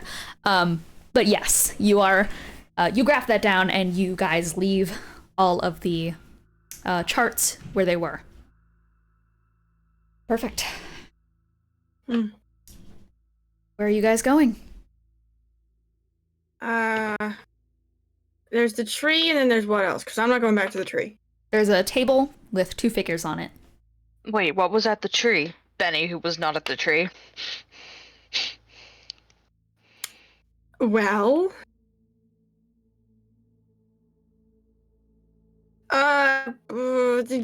tremor sense. I'll take your word for it, then. Thank you. It was a hanging tree, is all he says. I see. Lee nods solemnly. Well, let's begin looking for the memory orb, then. Divide and conquer, find out where it is, and report in. Lee is gonna head off. Too much. On it. All right. Just in case. Lelee gives Lee like a little really sloppy salute. You do not need to do that. Just stay within earshot. On it. Thank you. Yep, I won't wander too far. Oh, I boring. forgot you were here! I am here! It's too boring and quiet away from you guys. Yeah, we have just been kind of looking at papers. I mean, you can still hang out with us. Hang you out. She sticks her tongue out, knowing that Lelee can't see it. Do you know anything about like magic symbols? Yes, I do. Okay, because if so, I'd actually like to ask you a question real quick. I mean, we have all these pictures of people and they put the magic symbols on them. You don't have to, but, I made like a little list here. Okay, I kind of want to look at them. All right. But not to help you guys. Okay, I kind of do want to help you guys. I mean, we're kind of on the same side. Oh, whatever, just give it to me. Oh, she grabs it out of your hand. They also do look pretty cool. Or just like, passes them over. She scans them up and down. Yeah, no. We used to do this to the doctors. Did I ever tell you that I ran a whole, medical doctor organization? Because I did. That's actually really cool. I'm gonna go look at the table. Have fun with Could that. you tell me more about that? That's actually, like, so sick. Yeah. Well, basically, we had all these people and we'd put them in these scary little bird masks and they'd go around trying to help my dad with his errands. And then I got to control a sector of them too. But no, it was basically how we got them to cast magic. They were kind of, woohoo. They didn't really think for themselves. So when a creature doesn't think for themselves, you gotta get them to activate their magic through different means. You know what I mean? Yeah, So we'd carve them all up and put sense. the spells in them. Huh. Interesting. I didn't know you could put a spell in somebody. I mean, I kind of figured it was something like that, but... Takes a lot of pain.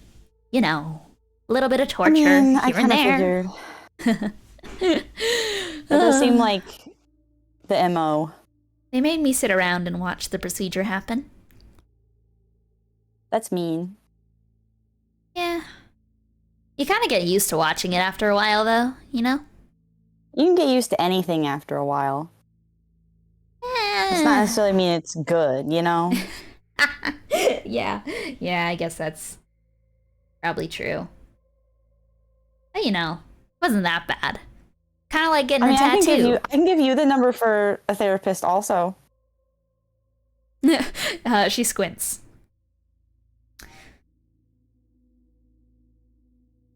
Yeah, I'll take it.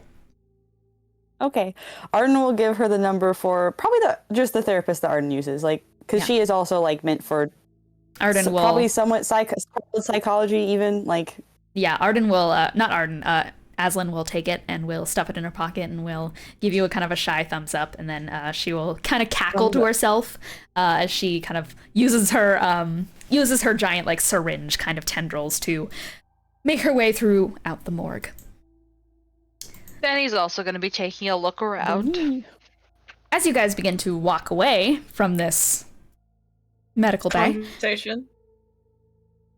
right as you guys are making your way out of it and towards wherever you want to look, there's a wriggling noise Oh. and a sound. It's closest to Arden and the somnambulist, because everyone else has kind of backed off by now. So, as Aslan starts to kind of rummage away, she stops, like lands down on the ground next to Arden, and squints. Mhm. As you guys just hear a...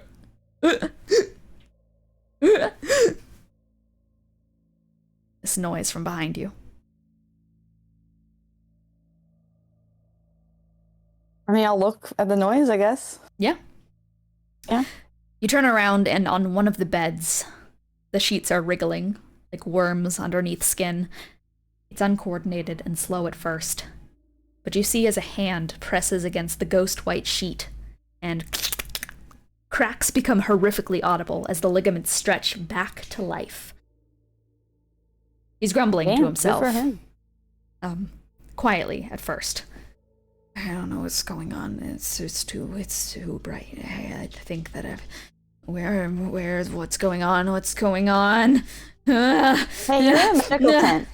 Um, I'm gonna go. I guess Arden will go. Like, is the person's face also covered by like the blanket yes. sheet? Okay, I'll just like carefully uncover their face, but like try to shield them from the light a little since they were just complaining about it being bright. You hold a hand, like kind of over where their eyes would be looking, and as you tear the sheet off the bed, they let out a scream, just and they start screaming rapid and consistent like thunder cracks as he shoots out of bed. He's a human, Okay. thin, ungodly so. His sleeves and his shirt have been torn off, revealing a body wrecked in all of those spell sigils that you guys saw on the medical charts. You also see on top of it are scars dug harsh into his body, and there are open wounds that seem to have already been blood dry. He has this long black hair, and there's vomit clouding his mouth, and he just stumbles out of bed. He doubles over partially onto the ground before standing up again on these very shaky and crackling legs. Okay, I'll try and give him like an assist in standing, I guess. Sure, Maybe pull like a trash can nearby. I don't know if there's anything for him to puke in, but that equivalent. Be like, there- you good, dude? Yeah, you kind of like reach over and you try and aid him to his feet. And as you like reach out to touch him, his body is cold to the touch. It is clammy and it is bloated and it is like slimy in a way. It happens. And he like jerks away from you and is going to step back, and you hear him go, "I can't, please, please, I'm already dead." And he kind of rushes past you to the side and body checks the medical table, the one that you guys were reading the documents from. He slams his body into it, and he's trying to reach an amputation saw. Do you want us to like kill you then? Like, is that, you want to be re-dead? Please! Okay. And I mean,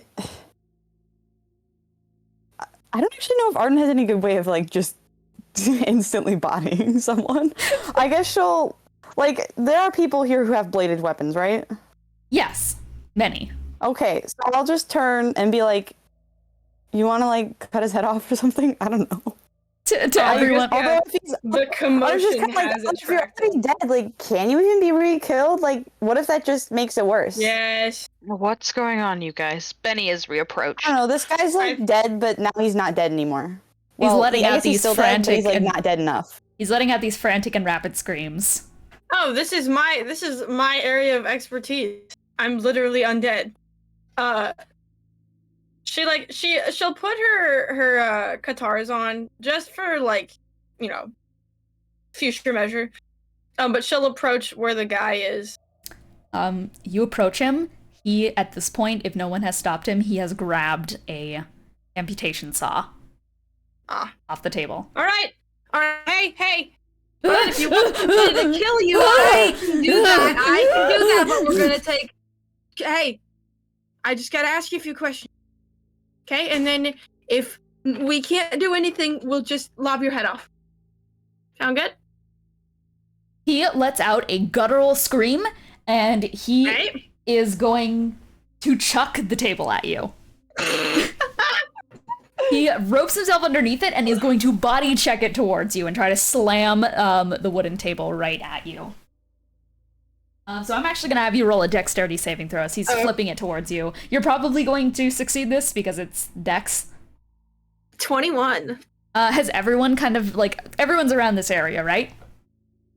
Everyone's, like, walked over? Okay, everyone is rolling this dex save. I just think Oh it's my funny that goodness. she doesn't even give any warning. She just jumps over the table and everyone watches as it just. Yeah. Right. I get a plus 11 to my dexterity saves. Obscene. Obscene. I got a 19 with that 19? plus 11. So, That is an yeah. obscene 19. Yeah, like I would have had an 8, but instead I have a 19. Hell yeah. What did Benny get? Benny got a crisp, dirty 21. Ooh, okay. So you guys all, because Somnambulist and Lee, let me roll for them as well. They've also both succeeded. It was a DC 10, so not that hard to get by. All of you guys managed to duck and roll out of the way of the oncoming table. It's kind of like screeches against the ground. It's not really traveling at that fast of a velocity, but there is like the sound of clattering and crashing as like kind of the petri dishes of old rusted knives fall on the ground, but you guys are quick enough to dodge out of the way of all of the flying debris as well as the table itself. Lelee, you like literally bound and vault over top of it as it slides past you and land on the other side. As the man is just like on the ground with the amputation saw, he's already on his knees and he's working. All right. Hi, I'm a vampire. I'm also undead. I understand the situation you're in, but I also don't think it's the same situation. Were you brought back by a spell or by a curse? Do you know that at all? He is just going. He is screaming. Okay. He's inconsolable. If you want, you can try and roll persuasion. Try and like calm him Yeah, down. I mean, I'll do my best. Lily doesn't have the best charisma. And by the best charisma, I mean that is a 13. 13? Yeah. He's still screaming. Oh god. Okay. Can I like tremor sense and try and feel if he like is actually alive or if he's just corpse dead. reanimated. Okay. Can I try to charisma 'Cause she him by? can't look. Can I try and charisma him by telling him to get it together, soldier? Yeah, absolutely. You can try and roll persuasion. All right. My persuasion. Oh, the +9. How amazing.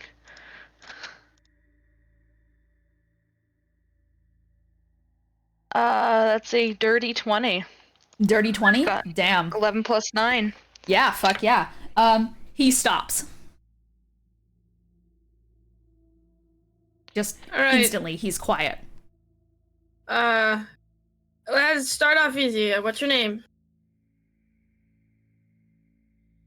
I'm already dead. So am I, buddy.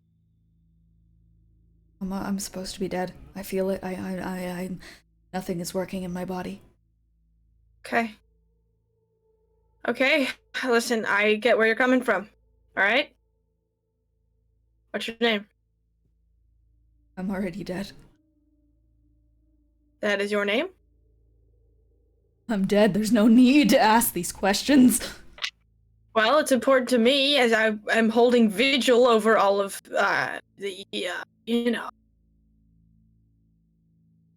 I mean, if we re-kill you and put you in a grave, we gotta have something to put on, like, you know, the gravestone or whatever. Are your teeth abnormally sharp? Can you tell? I am a corpse. I don't think he's a vampire. Well, Just- it's a genuine just a question. I suspicion. can't see. Yeah. I guess Arden will do the looking for Lelee. No. Yeah, I guess his appearance is just relayed. Yeah. There's no sharp teeth. Well, if that's the case, and they're not getting information out of him, it does anybody? She's like cracking her knuckles. She's like, does anybody else have any questions to ask him? What battle were you injured in? It was a massacre. It was a massacre. Where were you? Eros. Eros. That thing, it ran through us all.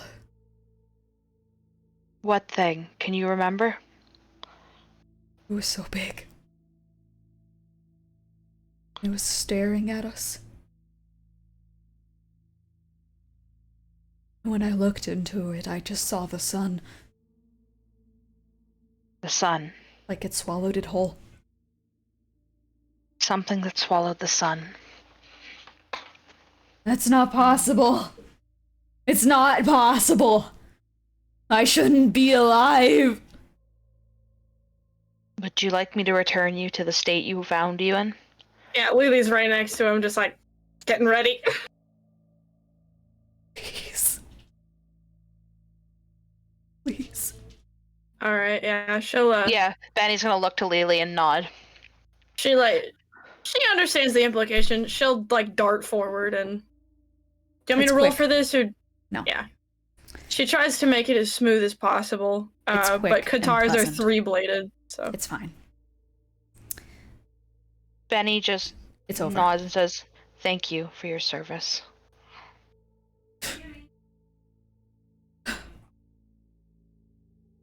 Falls over. You unsheath the guitar. You sheath the guitars.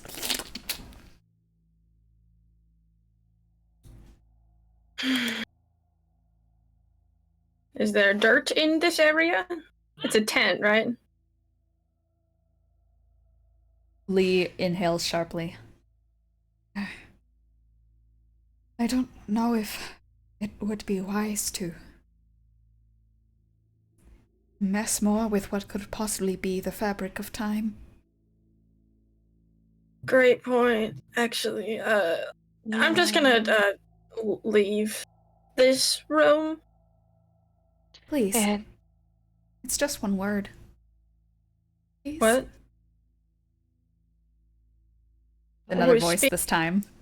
Who is speaking? It's from the same bed that this other one was on.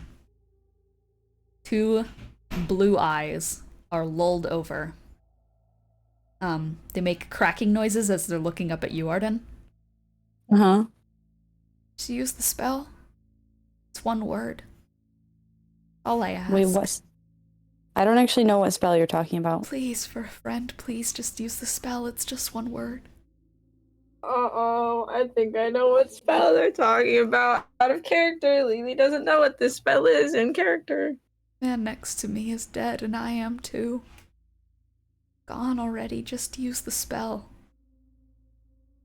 I genuinely do not know what spell you're talking about. Benny's gonna look to see what was on the paper for that bed, specifically what was in the ruins. See if we can figure out what the You spell kind is. of you grab the charts, and you can indeed find that there are multiple people who were listed upon this record sheet. The first one, a human, who you can probably assume is the one that has just been dispatched. His name was Jonathan Chander. He was a private.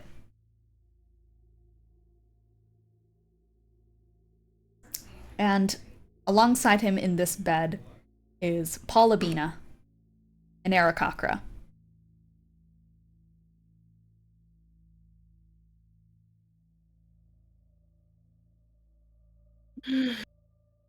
I see. And do we... Well, I guess there's not really any spell. They have been grafted with the Revivify sigil at the very least. Okay. I mean, we can maybe try just breaking the sigil?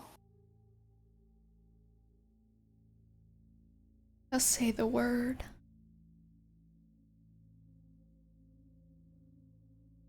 I don't actually know what the word is. Arden just looks at it and is like, can you tell me what the word is? I really, genuinely do not know what you're talking about. You hear another voice from the bed that is like directly behind you. Basically, you are sandwiched between two beds right now. One in front of you has the one talking, and the other one behind you starts to speak as well. No, I can't.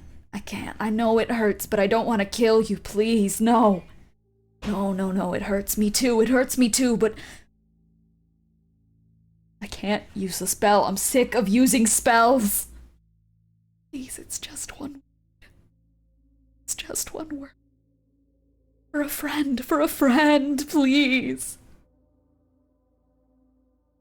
I mean, if you want to die, like, the rest of us are also here, and we have, like, objects we can just...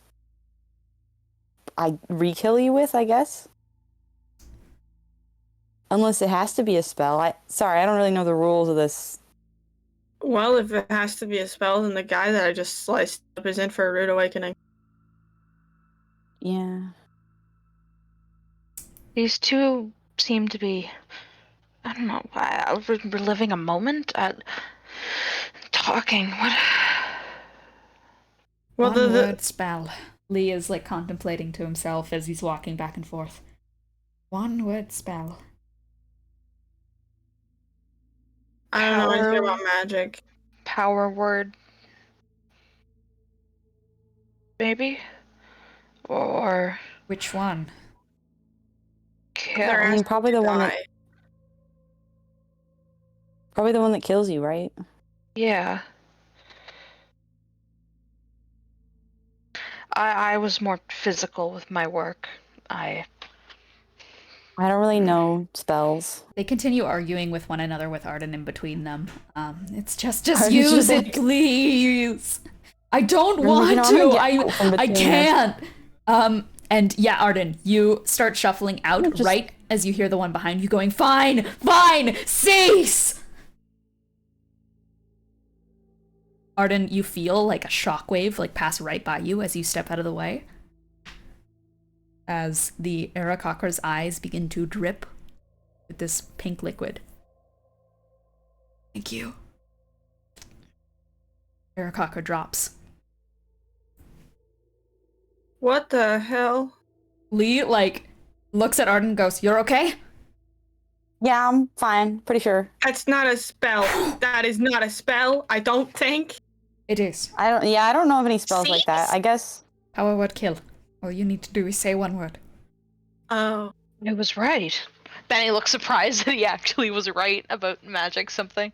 Well, listen, okay, I kind of thought power word kill, you had to say the word kill. You couldn't just say any No, word. you can say any word. That was in character. Yeah. Well, I suppose what they said was a way of telling someone to stop existing in its own respect. But God. I think you're right about us witnessing these moments. Moments in time. Do we know where the memory orb is? At the very least? We haven't No, checked the table. we need to check the tables. Alright, you guys want to roll investigation? Yes, sir. You know it. Mom, pick me up. I don't like it here.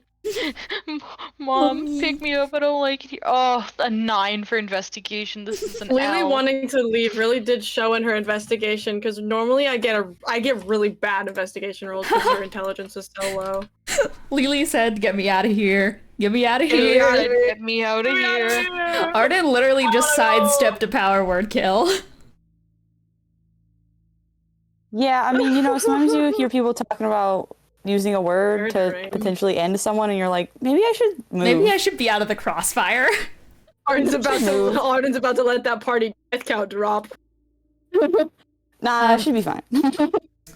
Lelee, like you're sick of being in here. You Idiot. start walking away. And it's hard to say because it is a very visual cue as to where it is. It could be something that, like,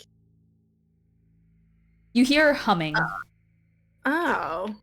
from high up, far away. You kind of just barely hear it. Your elven ears twitch. When there is that moment of silence where no one is talking in this tent and everyone's looking, you hear it at the top of the tree. Alright, well, she's gonna get to climbing. You start trying to leave. Is everyone else following? Yeah, Benny is following because he trusts. Yeah, she doesn't even explain where she's going. She just jerks her head up and then starts walking out. As you are leaving, you guys do hear a number of voices starting to echo over one another from the different beds within the medical bay. It was supposed to be like waking up. It was supposed to be like waking up. I'm not supposed to be in this body. The end is endless. The end is endless. The end is endless. The end is endless. The end is endless. The end is Do we endless. wanna The just, end is like, endless. Explode the whole place or something? No, Time please. traveling. Let me Time have a traveling. fucking choice. Let me have one choice. I didn't have a choice when they put the spells in me. I don't care. It's over.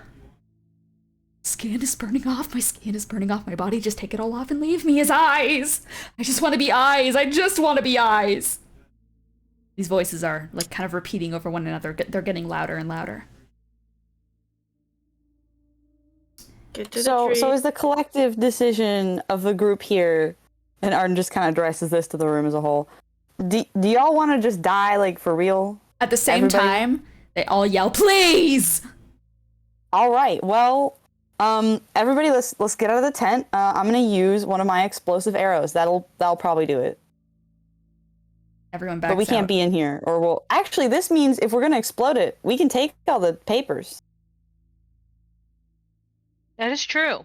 If this These has effects on steps the away. timeline, I'm gonna go climb that tree. She just turns on her heel and walks away. I trust you, Arden, to do what you think is right. I mean, it sure seems like they don't want to be alive. Or not alive? Lee Alive? steps away very quietly and just like kneels down and like next to a bush and throws up. Yep. Arden Benny's will have gonna- taken all of the kind of loose papers and things. She's just gonna take them. I mean, we're already lighting the place on fire, so... Benny's down. gonna go over to put a hand on his shoulder since he's thrown up, just a now for comfort. The nebulous next to you, Arden. You know how I mentioned that things kind of, they just kind of feel normal after a while of watching them? Yeah. Yeah, this is pretty much exactly what those sessions were like. That's A lot terrible. of noise. Well, this particular session is over. And once everyone's out of the tent and Arden's kind of like collected the papers She's going to just, longbow out, explosive arrow, and I'll just fire. I guess I don't know exactly how big this tent is, but I assume it's not. It's not that big. Actually, it's very cramped. And I'm pretty sure I'm gonna double check what the Just let me know what the radius is. Within a 10-foot radius. So yeah, so 20-foot diameter. Yeah, that encompasses all of it. Okay, so I'll just aim for the middle, and then I assume they are not going to be making their dex save, so they'll take 2d10 fire damage, and I can roll 2d10. You don't need to because pretty much everyone in this tent was on 1 hit point. All right.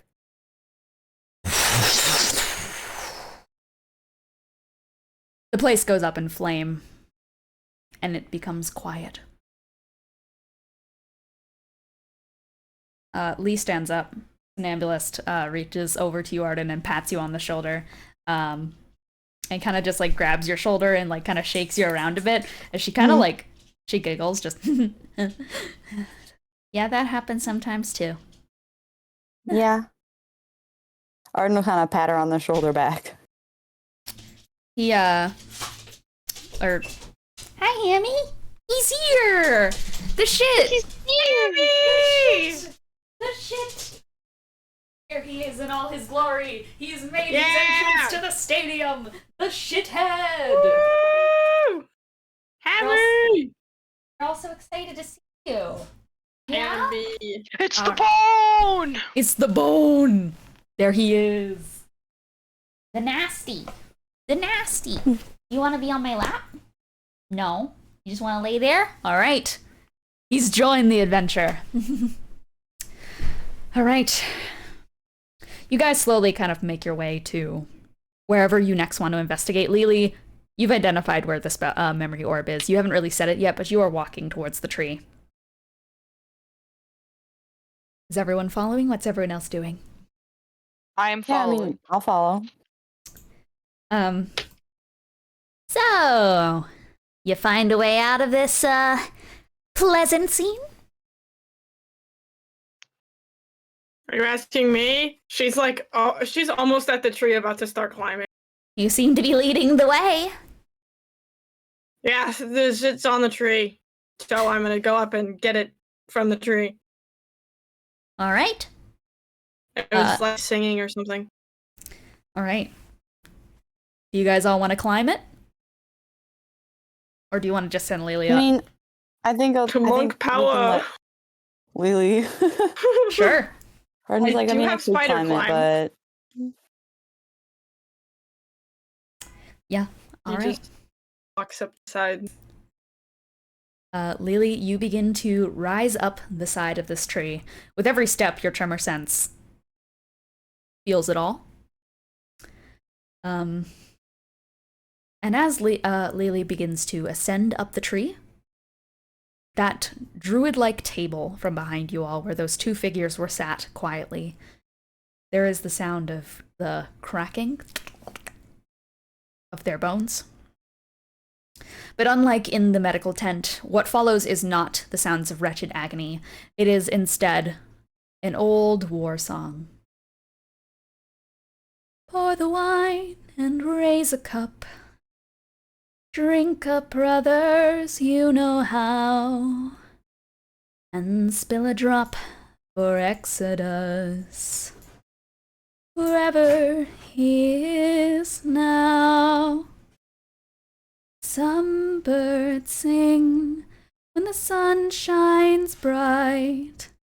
Our praise is not for them, but the ones who sing. In the dead of night, we raise our cups to them. It begins. As Lelee, you begin to rise up the tree. As you begin to rise, Lelee, in the back of your head, you hear something. Quiet, but aching in your head. He died for nothing. It's impossible. There's no way to win. They lied to us. They lied to us all. He was always gonna win.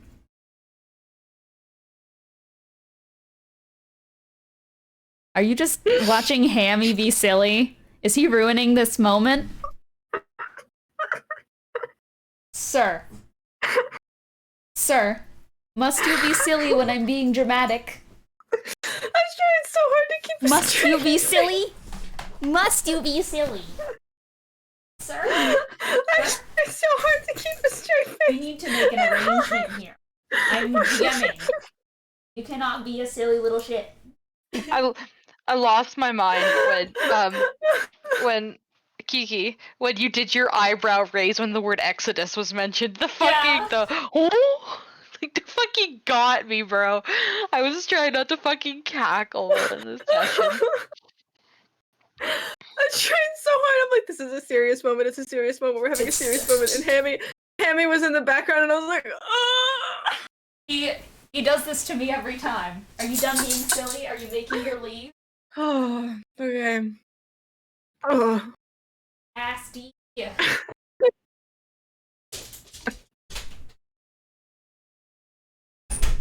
I cannot believe this shit. Right in front of my D&D game. Okay. The audacity. Continue. Phones off the shits.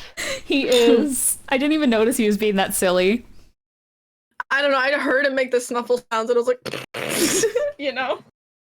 Anyways, as she's climbing, she's kind of like not paying attention to what's going down below her. Other than what like, the tremor sense is giving her.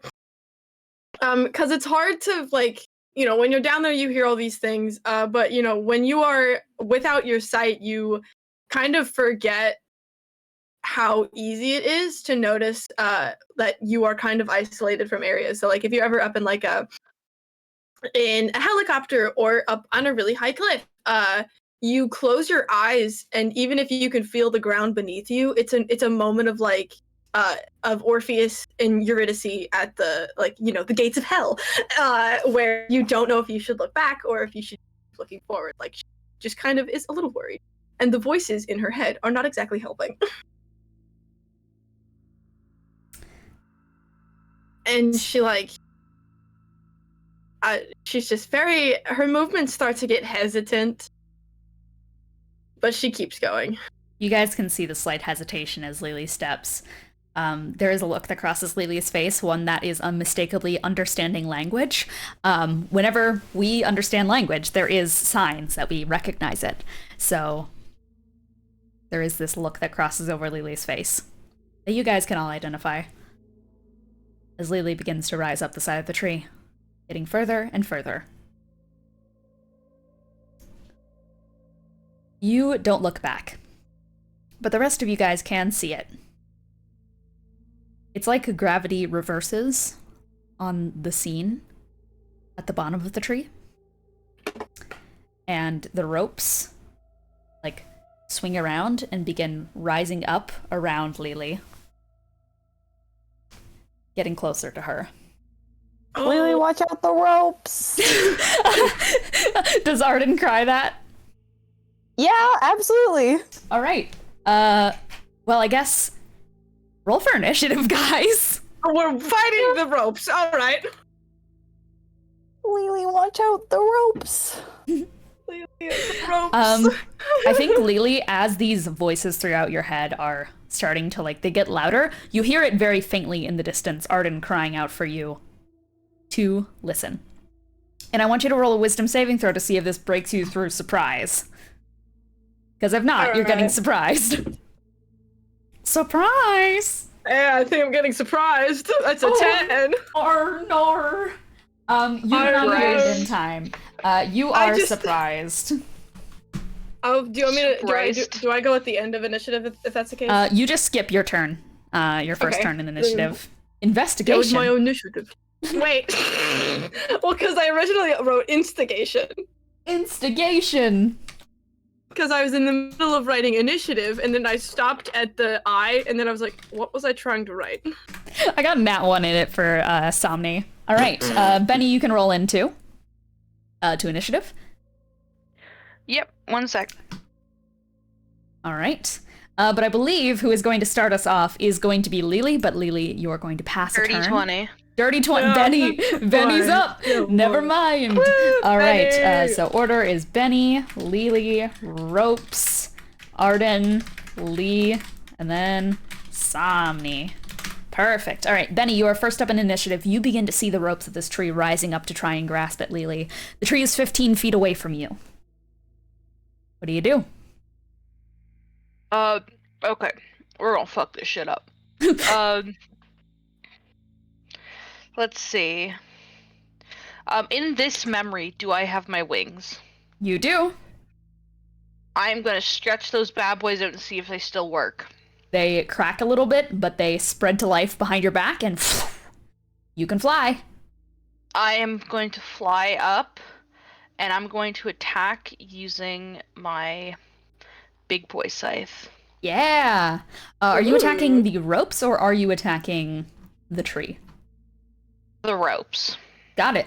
So you see a rope rising up to try and snake around Lelee's waist, but you quickly rise up, like springing into action. You fly up. That rope is probably like 30 feet ahead, so you're able to use your 30-foot movement speed to head towards the tree, and towards the one trying to snake around Lelee.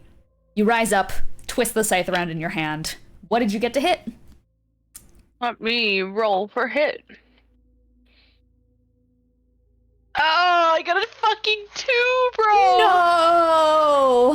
No! And as you go and swing the scythe around, you actually just hear that music behind you. Spill and drop for Exodus, wherever he is now. It gives you enough pause for the rope to wrap around the other side of the scythe and for you to completely whiff and miss it. It continues to head towards Lelee. Do you have anything else you can do? Benny's just too surprised at the moment, so he won't be able to do anything else on this turn. Sounds good. It reaches up for Lelee, and it is going to make its first attack, that being a constrict attack on Lelee. So, I'm going to melee weapon attack you. Alright. Does a 17 hit? Yes, just barely. That is my ace. That is my ace. If it was Arden, it wouldn't. Arden has like the killer AC of all time. It's because I took 3 fighter levels, so I'm still level. Arden is too powerful. Yeah. Okay, so the rope is going to rise up around you and wrap around your waist. You are going to take 9 bludgeoning damage, and you are now officially grappled. It is going to use its second attack to rope at Bennie. That was a natural 1, so the second one is going to rise up, and actually on the back swing of that scythe attack, Bennie, you managed to sever that rope. It's not the one you were targeting, though, as you do see one wrap around Lelee, and you do not see the one rising up to try and grab you by the legs. Third multi-attack is going for Bennie. And what was that I just rolled? That was a 14 plus 5, so that's going to be 14 plus 5 is going to be 19. Does that hit? Yes, that definitely does. All right, wonderful. So the scythe, as you manage to sever the one, the other one wraps around your leg and grabs it tight, kind of cutting off your circulation in your foot as it wraps heavily around you. Kind of feel your upper kind of shin bone begin to bruise as it is going to use its next attack. It makes 3 attacks with its ropes, then it uses reel, and I think it is going to try and reel Lelee. What is your climb speed, Lelee? Checking spider climb right now. Where is it?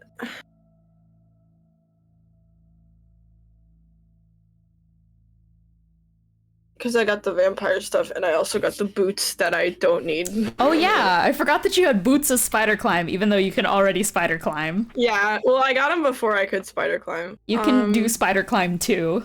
Electric Boogaloo. You can put the boots on your hands and True! target Suction also- Cup Man. Yeah, gains the climbing speed equal to its walking speed, so it would be 50 feet. 50 feet? Okay. So it is going to reel you 25 feet down. as you feel this rope wrap around your waist and start to drag you down the tree. Your hands kind of digging into the side, but the bark is kind of quickly scraping up the palms of your hands. Once again, like with every single kind of like jolt of like the grooves of the tree changing, your tremor sense gives you an echo of what is happening right now. You see kind of the way that the gravity has flipped on this tree, and everything has gone facing up towards the sun. You are grappled 25 feet down, and it can't do its last attack on you yet, because you're not close enough. You are grappled. That's all it's gonna do. All right, so that is going to bring us next in initiative to Arden. Okay, well, I have a bow and arrow, so True. that's pretty handy for this, actually. Bennie is grappled, Lelee is grappled. Okay. Well, Lily's up in the tree, so I think I'll try and help out Lelee first. I'm just gonna use, like, regular arrow.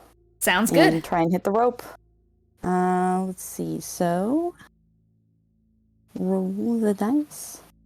Rolling the dice. Oh, I rolled a nat 20. Oh shit! Fuck yeah! All right. Oh, shit. You reel back the bow So and give me would that make damage. Okay. So it's 1d8 plus 6, and then doubled, right? So.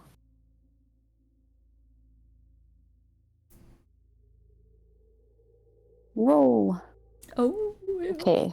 3 plus 6 is 9, times 2 is 18. Fuck yeah! All right. How do you do this? How do you get rid of this rope constricting around Lelee? I think I just, wherever it's connected to the tree, I just bam right into it. I assume it's tied onto the tree, right? It is. You manage to hit the perfect point where the knot is, and you kind of like the arrow splits through all the different fibers in the rope, and it snaps, and the fibers, the tips of the fibers start bleeding as the rope falls to the ground, writhes a little bit like a snake, and then drops with the rest of the stools at the bottom of the tree. Well, all right, and I have 2 attacks, so... All right. I actually forgot that I add... Do it again! Because of the whole Kinsei thing, I actually added a d4 to that damage as well. All right. Oh, fuck yeah. Yeah, almost forgot about that. Either way, it's dead. Either way, it's dead, so it's fine. So are you going to aim towards the tree, or do you want to do the one attacking Bennie? The one that's attacking Bennie. All right, which I assume sounds is good. also connected to the tree, so I'm just going to go Yes. for the end of it that's connected to the tree. It seemed to work decently for her last time, so... Perfect. You very quickly adjust your fire once Lelee is got out of its grasp, and you turn around, you load up another arrow in an instant, pull it back, and what'd you get to hit? I got a 17. 17, you fire. Hits the wood right next to the rope. Unfortunately, the ropes have high AC, but you do hit the tree, so you can do damage with that. Ooh. Trying to kill the tree. But Bennie is still grappled. Yeep. So that is 6 plus 4 plus 6. So that's 16 damage. 16? Perfect. Okay. So the Piercing wood kind damage. of splinters and pulls backwards. It's kind of like if you guys know that one mushroom that kind of looks like it has dollops of blood on that, those kind of start appearing in the oak itself. This like dollops of like pustules that begin to appear, and some maggots crawl out of the side of the wood, crawling down the side of it. All right. Do you have anything else you can do? Nope, that's my turn. All right, sounds good. So that is going to bring us down to Lee and the Somnambulist. Lee, let me actually find his fucking stat block. God damn, why is this combat music like this? We're gonna change the combat music real quick. I don't like this playlist I got on. It's not giving. We're gonna go with this one. Got it. Perfect. Okay, so that is going to bring us over to Lee, if I can just find where their sheet is. Where's my guy? Where's my guy? There's There it your is. fella. So he is going to use his hover speed, or rather his fly speed, and is going to shoot up 30 feet to around where Lelee is, and is going to probably just like, because I think... So Lelee's been freed, and Lee is going to kind of like lower down to where Lelee is and is going to go, "Are you all right?" Yeah, I didn't realize the ropes were moving. I did not either until it was too late. Well, you said that the orb is up at the top of the tree? Yeah. Okay, well then, it is imperative that at least one of us gets up to it. Well then, would you like to, go zoom? Yeah, sure. You can also fly. Do that. I can, but not that far. And you are much faster than I am, so what I'm going to do is, and he is going to take his hand and he is going to kind of wave it around in the air, and, you can choose to fail this. Do you want to fail it? What is he doing?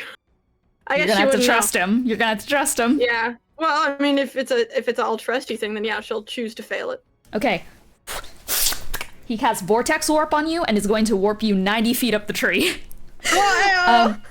You suddenly feel like the air around you jolt as you feel yourself being teleported. You've been teleported before, as Lee sends you 90 feet up with a Vortex Warp and is going to go, keep going up there. We'll cover you from down here. All right. Perfect. All right. And now onto this very fucked up tree. And that is all he can do because that is a spell. But that is going to bring us to the Somnambulist. Who's gonna go? I don't know, I kind of like the macabre kind of thing it has going on. Then I guess you're my friends now. This sucks. And she is going to kind of cackle as she is going to go forward and is going to... Does she want to save Bennie? What a question. Does she want to save Bennie? I think she is going... Yeah, she's going to cast Synaptic Static. So she is going to put it on the base of the tree. There is a 20-foot radius sphere now that is going to explode. And so I think everyone within that 20-foot radius is going to have to make an intelligence saving throw. Which includes Bennie, Arden, and Lee. I think it includes all of them. Oh, all right. bro. So everyone make me an intelligence saving throw. It is also including the tree.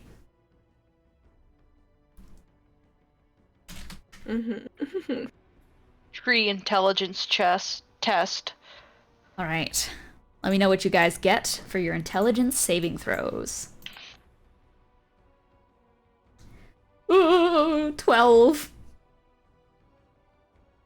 Cries. Cries and sobs. Jesus Christ. What is my spell save DC? Okay. Let me make sure I've calculated it right. Well, okay, well, the number to beat has been failed by everyone. So you guys are all going to take full damage, including the tree. That is going to be 33 points of psychic damage. Holy shit. Yeah. You guys are on low hit points, right? Oh, you're muted, Morgue. Bennie isn't. That I am. I am now at -4 hit points. Oh, fuck.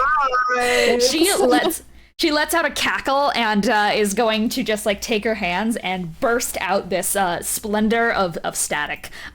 Pretty much all of you guys, like, your heads muddle over, and Arden drops next to her, and she's just gonna go, oops.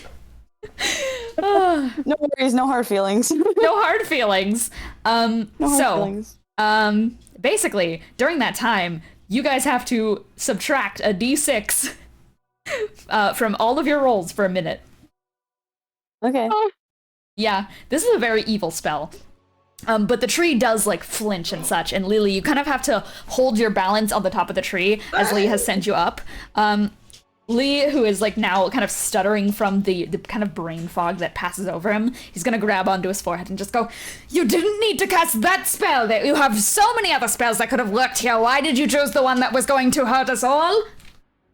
"It was the most effective! Can you blame me?"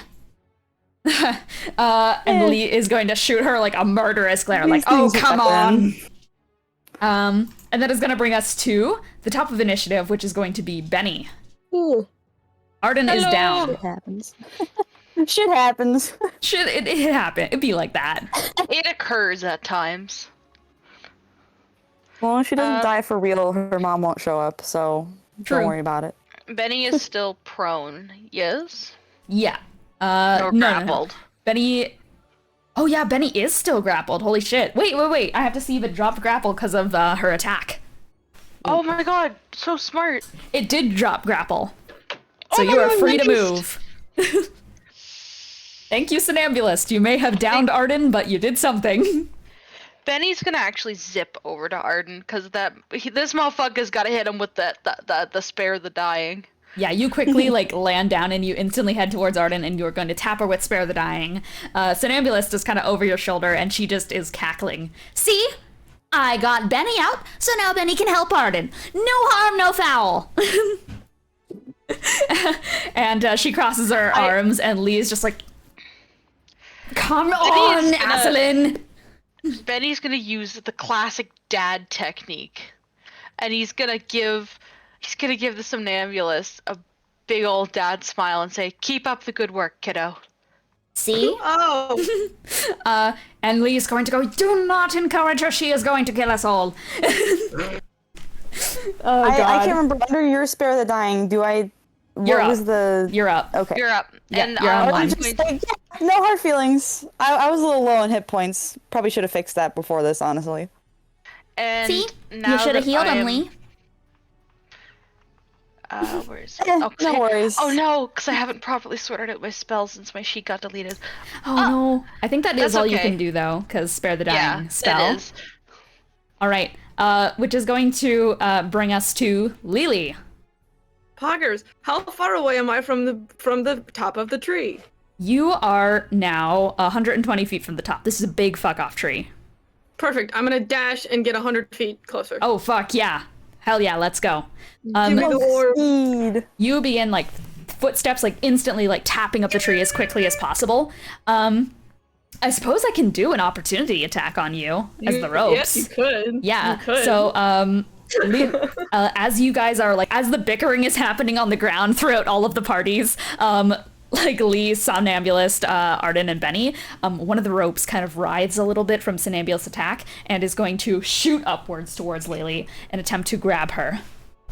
But it has to subtract the d8 because of the Somnambulist, which is going to put it at a perfect 0. What does that do? Nothing. Or is It it just doesn't hit you. That's ridiculous. It doesn't even math. move. It doesn't Because even move. I rolled a natural 1, and then I have +5, so that's a 6, and I got a 6 on the d6, so that's 0. Because So of it just doesn't move. yeah, I think it gets a little bit further up, but then the rope just stops in midair as Somnambulist turns around once again and goes, Big contribution, just saying. I'm being helpful. A little bit of gratitude would be nice, brother of mine. Lelee, it is your full turn. You take that 100-foot dash up, unknowing how much protection you're getting from down below, but you just keep running. Well, actually, I used the key point to dash with that because I'm silly goofy. Oh, fuck, you so can I- just run I- for your life. I still have my action. Anyway, even if I didn't use a key point for that, I could just key point more run. That's true. You can just So run. I'm gonna cut this combat scene short. Actually, Fuck yeah. yeah, she's just gonna key point go further. Key point go. You point Not key go. point. Regular movement. All right. Gonna lower down the music real quick. As you are boosted up to the top by Lee, and all of the ropes are held off by everyone else around you. You do still hear a torrent of thoughts inside your mind as you are approaching the top of the tree. It's impossible. There's no way to win. They lied to us. He lied to you. You can't trust anything anymore. Even if it wasn't him, could have been the other one. The other one could have lied to you. Either way, something's wrong. And this is all over. He was always gonna win. Wilfred died for nothing. Your friends died for nothing. Everyone got into this chaos because of nothing. You were turned into monsters, and for what? We're monsters, and for what? What was all of this for? He can't die. It's impossible. Why are you still trying? The curses are known for thwarting the impossible, I guess. We've come back to life multiple times. I doubt one more time is gonna have any impact on our record. And if his death is for nothing, then I'll just make it for something. I'll make it happen. The voices break in your mind. They cut off instantly. A slurry of muddled thoughts kind of dispersing around you. Instead, what rises up, alongside the bickering down below on the trees, is the continued tune from the druid and the paladin, who were once laid dead at the druid table. They are still humming that old wartime song. Wherever he is wandering, alone upon the earth, let all our singing follow him and bring him comfort. Some flowers bloom where the green grass glows. Our praise is not for them, but the ones who bloom in the bitter snow. We raise our cups to them. We raise our cups and drink them up. We raise them high and drink them dry to Exodus and all of us. Good night, brothers. Good night. You grab the memory orb at the top of the tree. It's warm in your hand. As the scene below you all goes still once again, and in a sudden, instant movement, the ropes go slack on the tree once more. A couple of them snap. There's some thumps to the ground. The singing goes quiet. The druid and the paladin, once again, are limp on the table. The fire crackles as the stew still sizzles on the fire. Well, that wasn't so hard, was it? Somnambulous crosses her arms. Am I still up on the top? Do I need to get down? You are, yes. Yeah, she's gonna like... How's she gonna do this? She can't fly. You can just climb Are we down. out of initiative? We are out of initiative. Okay, Benny's we're out gonna of fly initiative. up to Yeah, help okay. him. Yeah, Benny, you fly your way up to the top of the tree where Lelee is kind of like, you're perched upon a branch with this memory orb in your arm. I'm gonna offer to carry Lelee down. Yeah, she'll take the offer. Roll a wisdom saving throw, by the way. Yeah. Oh yeah, I gotta roll a wisdom saving throw because silliness and goofiness. It's a 13. Okay, 13? we're gaming. Perfect. All right. We're maximum gaming. We are. Benny's like, I may be scared, but this is my kid, so it's okay. You grab Lelee, and you guys slowly lower down to the bottom of the tree. Lee lowers down as well. Well, we are at least all alive, not thanks to some people, but are we all okay? Are you I'm alright, okay. Lelee? Yeah, I'm fine. Oh yeah, it was just kind of brain stuff. That's it. That tends to happen in these memories, from what I can tell. We are in the brain. That May I we please are. have- May I please have the orb, Lelee? Yeah. She like holds her arms out like, take it. Benny takes it and just says, let's get out of this one. This one was quite bad. And heads towards the much prettier one that we saw before. That would be nice, wouldn't it? Yeah. I'm just hoping that it actually is something nice. And with that, Benny is going to swallow the orb. All right. Which is going to bring Gulp. us to the memory. This camp was north of the battle. Or rather, the massacre. The Battle for Eros, as it was called. It was customary at the time for you to pay your respects to the camps individually, to inspire hope in a hopeless cause. These visits were harder than the other battles. The numbers came in that morning. 40 million and rising. 10 million were from the battle for Eros alone. When numbers get that high, it becomes impossible to put attachments to them. It's hard to quantify things our mind isn't supposed to comprehend. It is physically impossible for you to have known all of them. But there is one thing you can be certain of, which is that they did it for you. They died for your war, your cause, through your leadership. By the time you got to the camp, the stew was still boiling. You were supposed to meet with the survivors and give condolences. Not all of them were from the Ethos Central Forces. The Paladin's armor was branded with the sign of the dawn of the new world. But he was drinking with them, feasting with them. There was something left for you by them both, the singers. They left you a letter. It sat on the winding wood table, the handwriting shaky. Gets worse as the paper trails down. You smell the living breath on it, the breath that slowly tapers out as the paper comes to its conclusion. It reads as such. Do not mark our deaths in the way that you would the others who have chosen our fate. We died in battle. We died the moment you started this fight. He was right. In execution, perhaps not. But there is no hope for Ethos. The world has died. We are living on its corpse, as the sun dries up its water and sends scavengers to pick its bones clean. The ship has been picked and is turning anew, but that isn't stopping the leaks and the holes. A death through drowning is perhaps the most cruel. It's slow and choking. Every second is an eternity of knowing it was all for naught. They worked, by the way. The sigils? They all could move. They could speak. They could feel. They could see. But I've lived old enough to be able to tell the difference between the eyes of the living and the dead. It was a valiant effort.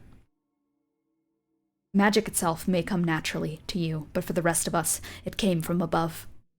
So when above fell, it was only natural the rest of us would. Nevertheless, I hope your picking off the corpse of this world will be bountiful. Knowing he was right. And knowing that eternity is now the punishment we must endure. Raise a cup, they sing. Raise a cup for Exodus. May that be the sentiment of this war. Godspeed.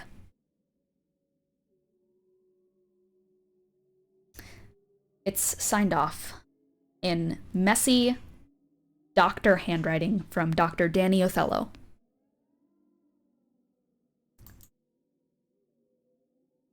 You close the letter, and you buried the bodies, and you left. The tent was exploded by the time you arrived. Anywho. You shake back to consciousness.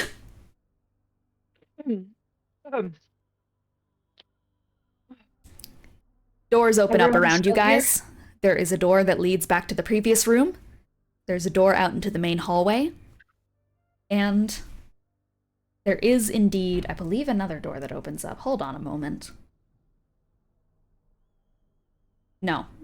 It's just the door back. And then the door to the main hallway. Maybe we should, take a nap or something. Get that might long be rest in. in our best Me interest. with my 1 hit point. I think it is time we rest. Set up a pseudo brain camp.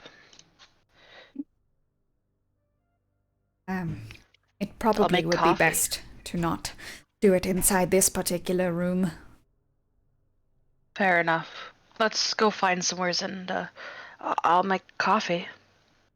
He tries to give a really weak little smile as every single fucking time they've camped in this session for the last 4 years, he has made coffee. He will make coffee again.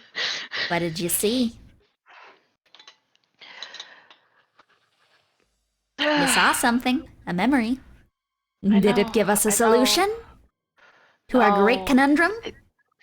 Not yet. It was just another reminder of the choices that were made to further a war. Gotta ride the guilt train before we get to the solutions train, I guess. I hate Yeah. trains. Me too. I hate conductors too. Hmm. Let's go find somewhere to rest. Somni, did you ever ride that one train in the Feywilds? I fought you on it. All right. See, this is what happens when you don't process. Would have killed you guys if you guys didn't have magical aid come out of nowhere. You know what I mean when I say ride. Did you ever take it normally? Yeah. Point A to B. What was it like? It seemed like a great train, but a fight to the death. The whole thing did not exactly help with. No one on the train is alive. Hmm. In the sense that they aren't themselves like they used to be. Everyone on that train was just a husk, being controlled, being sent point A to point B, like how you described. It was just used to escort us to our next missions. I think maybe I'd like trains if they didn't have dead bodies on them, or were controlled by guys that might be making dead bodies. But that's just me. Back in my day, they used to have performances on trains. And coffee. Sorry, buddy. Tea. I'm from. All right. Got coffee and tea. This thing. Yeah. But the coffee would always go first, and the tea would go cold. Ah, trains. Trains. And conductors. Jack starring evil little conductors. Glad to see we're on the same page about that. No, I never saw a train until I left Wolvenshire. It's actually kind of interesting. We should rest. Arden is not looking well. I mean, yeah. You did just fall down. That was not ideal. It wasn't just a fall down, my guy. Yeah, it was more like your brain kind of got turned into mush inside your head. I wonder who must have done that. It's a mystery. And I got you to the top, didn't I? None of those little graspy little ropes trying to get you? Yeah, but your brother sent me 90 feet flying upwards. I need you guys to stop, please. Arguing in here is not going to fix anything. I understand we're upset at each other. Yeah, we've established that, people have been making some choices. We can address all of these choices at a better time. Right now, we need rest and a breath of fresh air. Let's go find somewhere safe. I'll see what I can do for... do we need to eat in the mind? I don't... Nope. What would you do without me? She seems a little huffy right now. She's a brat. I feel the need to mention, even if you guys are, quote, redeeming her, she's still a fucking asshole. Oh, I don't doubt that. That's so very true. Bennie is going to kneel down and put a hand on Somni's shoulder and say, "Thank you for the help. Could you show us somewhere safe so we can rest?" Just doing it that I can cure the curse your group gave me. So I'm not happy about this team up. She pats you on the hand that you put on her shoulder, and she goes, "Well, the safest place to be is with the captain. Dear old captain, my captain." It's just the main hall. Let's head out there and rest. After you. Bennie leads the way. Easier to stab people in the back when you're behind them. Yeah, don't say that when I'm within earshot, kid. She chuckles to herself. Attack dog. Violence. All right. The scene goes quiet as you guys go through, I'm assuming, the door back to the main deck. Perfect. You guys, who goes out first? Bennie? Benbow. Because he's leading. You break out into the halls of the subconscious the subconscious vessel. The ship groans under your weight. The door hisses in pain as it closes slowly behind you, wavering slightly as it slips shut. Like it wants you to return to it, to explore its further possibilities. A chill reaches the napes of your neck before you can step forward. Bennie, a hand reaches out in front of you and ushers you to reconsider. It's one of the captain's many twisted arms that reaches out with many crackling joints. One solitary finger is held up in front of you to pause you for but a moment, Bennie. Bennie does pause.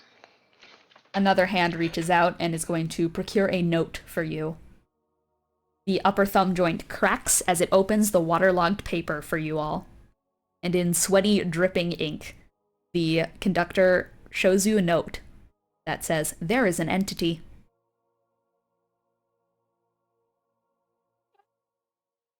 We're going back. We're going back in the door, kids. We're going back in the door.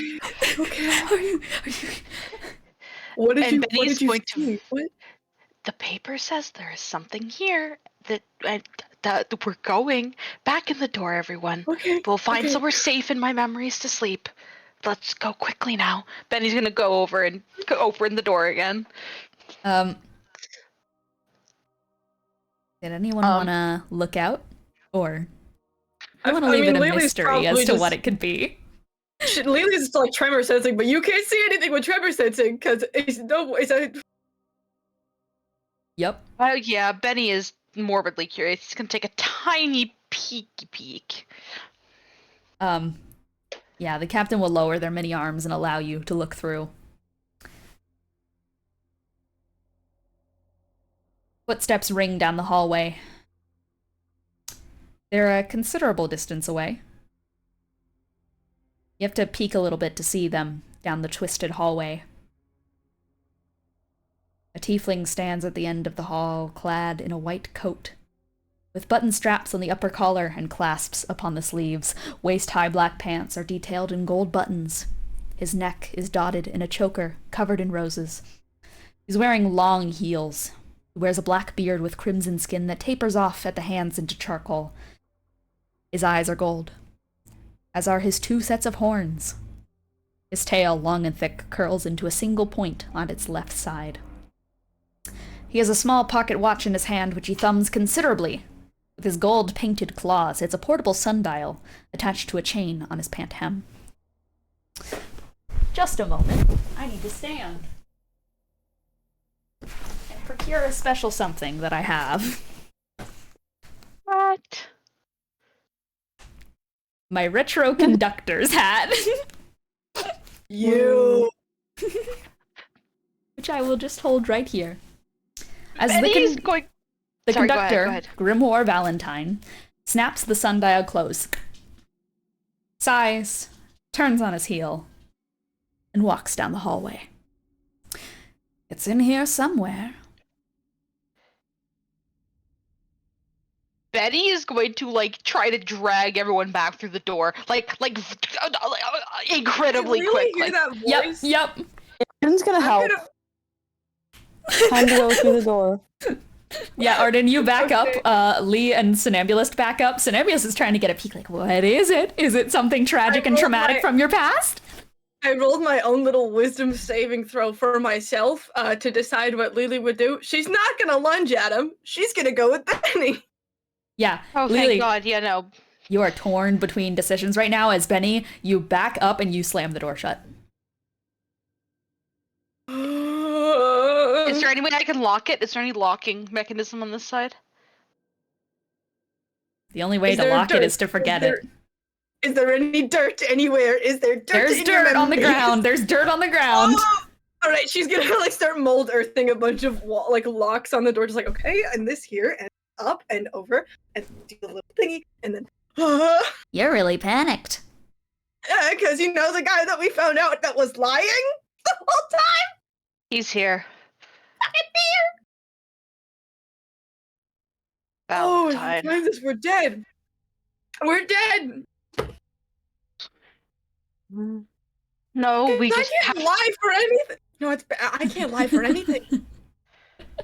We need to hurry up. We need to get back into. We can't afford to stop. Yep. All right. Well, All right, what's the next memory, guys? The gates, the pearly gates. Heaven? I hope not. I really hope not. All right. Yes. You guys are able to step back through the door that leads to the last memory you were in. And the next way forward is indeed that religious door. Holy shit, the Alright. religion door. Losing Alright. my religion. well, let's hope this one doesn't try to kill us too much. All right. Let's go, gang. I'm just Let's hoping go, there's somewhere gang. we can rest inside of here. That would be God. best. We need a place where we can sit down and relax, but now that there is someone... Oh, God. Lee Yeah, puts his that head in his means. hands. Yeah. Keep looking forward. We may all be roughed up right now, but worst case scenario, if we can obscure the fact that we are hurt, we can use that as leverage. That's right. We can. Let's go. Yeah. Bennie is going to open. Lee grabs door. your shoulder before you do. But instead of Lee, his hair is floating up in the air. This is what happens when L takes over. Beloved L. Oh, shit. Sorry, I just see that we just got a milestone achieved, which Twitch does this? Twitch does milestones? We Milestone achieved. Pixelated Astronaut watched 3 consecutive streams this month and sparked a watch streak. Thank you, James. Yeah. Yay. What the fuck? I've never seen that. That's so weird. L comes and L's immediate response is this pixelated astronaut. Hey. Yeah, L. Lee's hair goes up in the air and it's Pixelated Astronaut has watched 3 consecutive streams this month and sparked a watch streak. Lord Crime has subscribed with Prime. They've been subscribed for 21 months. Jesus Christ, thank you. Oh my god. Anyways, she grabs your shoulder. It's not Lee. I feel the need to say before I speak to you. Oh, hello. If things go wrong,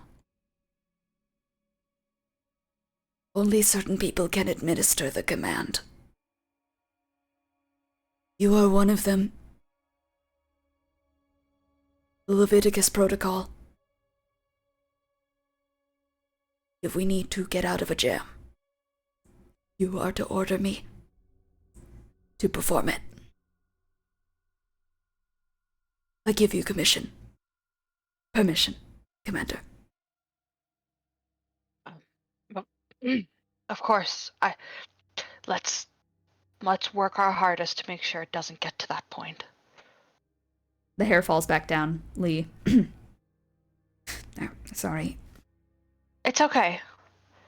Yeah, she did not warn me. But, this, I suppose, goes for all of you. If we are in a situation where we need a Hail Mary,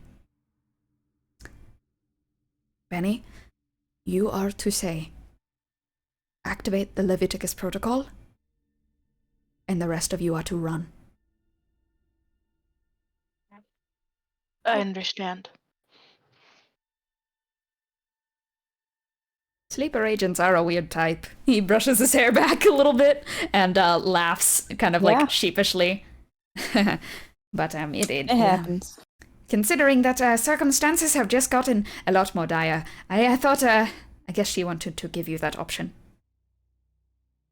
Anywho, allow us to continue through the door of many possibilities and hopefully a nice place to rest. Here's hoping. And with this, Bennie is going to lead them through the door.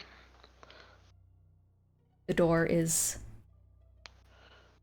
I believe I've described it already, so I'm not going to describe it again. Big religion door. The religion Wow. door. Losing Religion my door. religion. There's a waterfall sensation as you open it.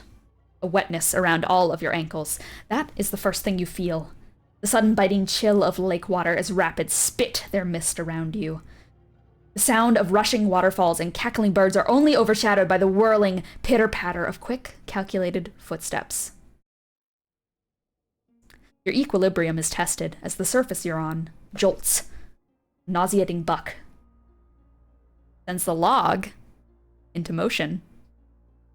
Your shoulders are forced to square, and feet on the sudden mission to stay on the log. Everyone roll me a dexterity saving throw. I know Wow, this. I'm good at This those. is in my brain. Oh my goodness.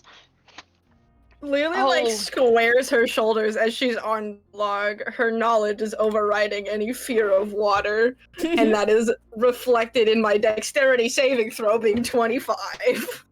Perfect. Log rolling monks. All right, perfect. So, these monks are off the fucking shits. Okay, so that is a We dirty are. 22, 25. And then there is... Okay, so, you guys gain your balance instantly, and the situation grows clear as your sense of balance returns. You're on the misty, waterfall-side lake. You are further out in the waist-high section of a Shiren river next to a monastery. The monastery. Lelee's home. A number of smoothed oak logs are drifting near the shore. There are kids dressed in traditional monk dobok and strung in ceremonial beads and sashes. They continuously hop up and down, on and off the logs, pairing up and running each other at blinding speeds. With balance unparalleled. This is the sport of log rolling, a training activity for young monks in the old Wolvenshire monastery of Lady Verilla in the New World. Arden, across from you is Bennie. And Lelee, across from you, is the somnambulist. Oh. Would you guys like to engage in log rolling? Yes. Or would you like to drop off your logs and call it a truce? No, has not done this in literal years. Somnambulist, Somnambulist That's- sees your passion and just goes, I don't know, are we, Lelee? No, no, we're doing this. Oh, I'm too old for this. So this is going to be Arden against Bennie, Lelee against the Somnambulist. Lee is literally just like on a log on his own and is just like rolling on his own. He's just I mean, like, okay. there's two of them there, technically. Is there? Lee and Elle on the log. Separate. Oh my god, they're fighting each other in their mind. Oh. All right, so this is going to be a best of 3 competition.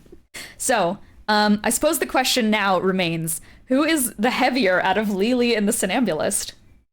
I think it's Lelee. I think she's 135, but I think after building muscle up, she might be heavier. So, by the way, for all of those watching, I used to be a competitive log roller, so I'm inputting my sport into D&D. And I have Good made for you. mechanics for it that I'm gonna have to post sometime because I think it's very funny. I need to put on the best ambiance for this. I need log rolling ambiance. Let's go with Put on this. timber. Timber! No! Oh man. It has to be something like non-copyright. Non-copyright beats to log roll to. Let's go with that. That's good. Yeah, that's spicy. Yeah, okay. I've looked at some stuff. I think she's at a crisp 160. 160? Perfect. Yeah. Okay. And I believe Bennie is the heavier out of Bennie and Arden. Oh yeah. Yeah, definitely. So this is probably going to, this is interesting. So, this is some weird things, but you guys are going to start off running each other. And I guess to explain what's going on here, there is a log and it's in water, and you guys are on either side of the log trying to stay on the longest. For Arden and Bennie, you guys are going to start off bucking, which means you guys are facing different directions. So, Basically, the equivalent of Bennie driving the log backwards is going to be Arden running backwards or running forwards. So it's like, basically, sorry, I'm like trying to describe this. Bucking is going to give advantage to the heavier roller. So Bennie, you are rolling strength at advantage. Arden, you're rolling regular dex. But if you guys want to switch, you guys can roll acrobatics to switch and try and put it in your favor. Lelee and Somni, you guys are going to be running. So for you two, since you guys actually weigh the same amount of... Since Lelee and the Somnambulist weigh the same, we're going to do contested athletics to see who takes control. Actually, let's just first go through the battle of Arden and Bennie to warm us up to log rolling. Yeah, dude. All right, so Bennie, you are making a strength saving throw at advantage, and Arden, you are making a flat dexterity saving throw, or you can attempt to switch and even out the bucking. I mean, really, if we're thinking about it, there's no reason for me to switch when I have a plus 11 to my dexterity saving throws. That's true. That's an obscene number. I don't even know. I feel a little bad for Bennie, honestly. Yeah. Okay, let's see. 16 plus 11 is...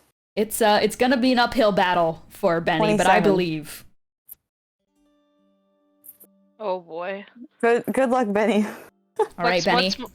You are rolling a strength saving throw at advantage, rather. Not disadvantage, Okay. or else Bennie would probably get destroyed by Arden.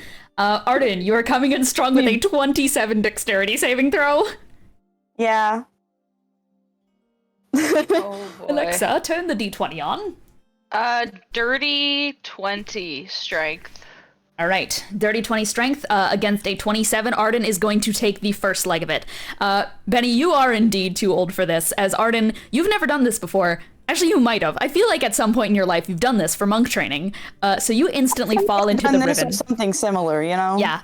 You fall into the rhythm instantly. It's pitter-patter, up, down, up, down, up, down. Your feet are quick, as Bennie, you may be the stronger one, and you may be making Arden walk backwards at immense speeds, which is basically what bucking is.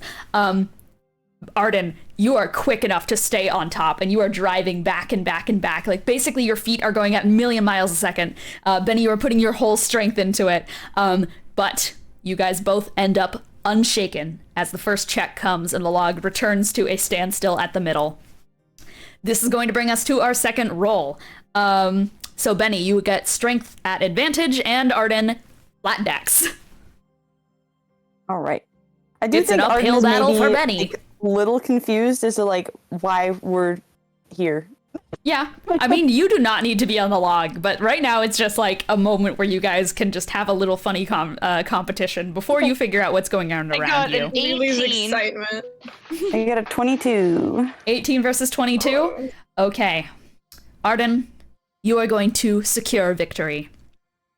As the log is checked back in place, Bennie, you decide to once again go all in on trying to sink Arden in. You're not going too hard on Arden because, you know, you guys are friends. You don't need to be doing this. It's kind of casual. Also, and Bennie is not good at this. He's Yeah, never done you this are- in his life. You're wobbling and you end up like rolling backwards. It ends up too fast for you. Your knee buckles just slightly as you fall back into the water with a loud, like, and large splash. And Arden, you manage to check the log and you have come out victorious. As Bennie, you stand up soaked in the water. How I deep just is like the wave water? through him. It's Like, just hi. waist height. Okay. Bennie is just gonna give a tired wave and then have to lob his... Does he have his wings in this? He does. Yes. He just has to lob his sopping wet feather wings that have no, like, fucking water coating on them, so he has to just lumber over to... Is there, like, a side to sit on? Lumber. There is. You can head back to the shore. He goes over to the shore and he has to sit down and start trying to wring out his feathers because those Where- things take forever to dry. I'll just follow him over there because I can just move across Yeah. water. So Yeah, I just I mean- walk over there and like help him try to get the water out. Yep, you hop Because, down like- and you run across the water to help Bennie.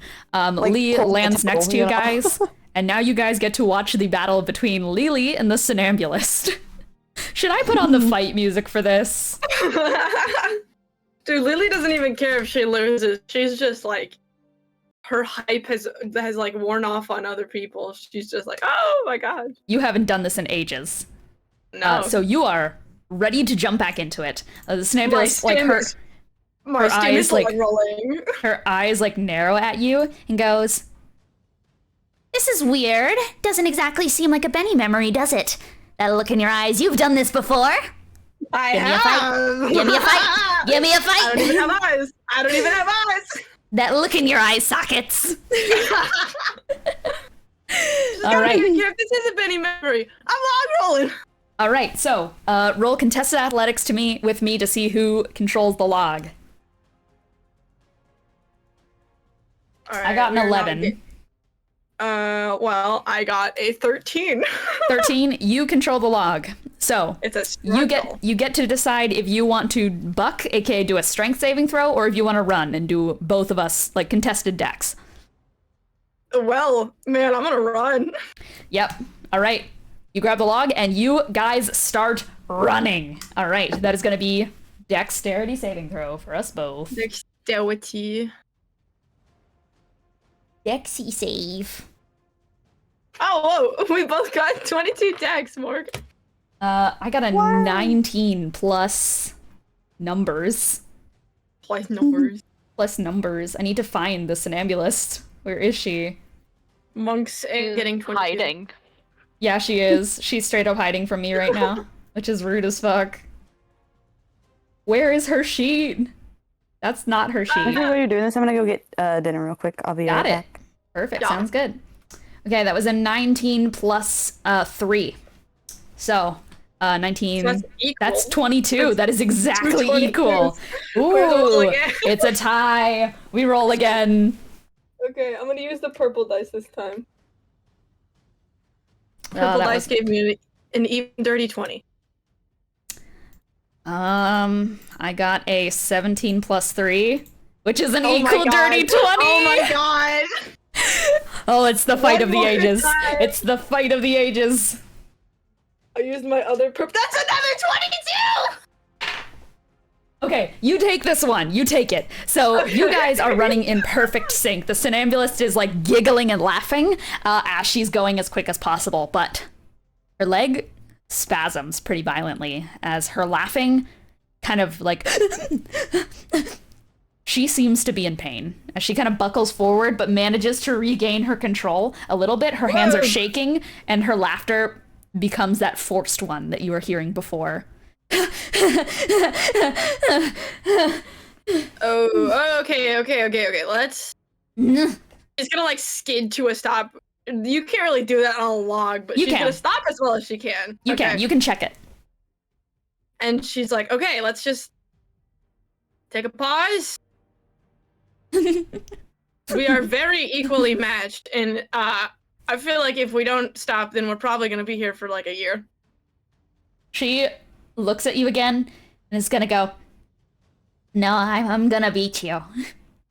Oh, you okay? All right, contested athletics. See who runs the log, who controls it. I'm gonna use the purple dice again. That's an 18. 14. You control it. You running? Again. Yeah. All right.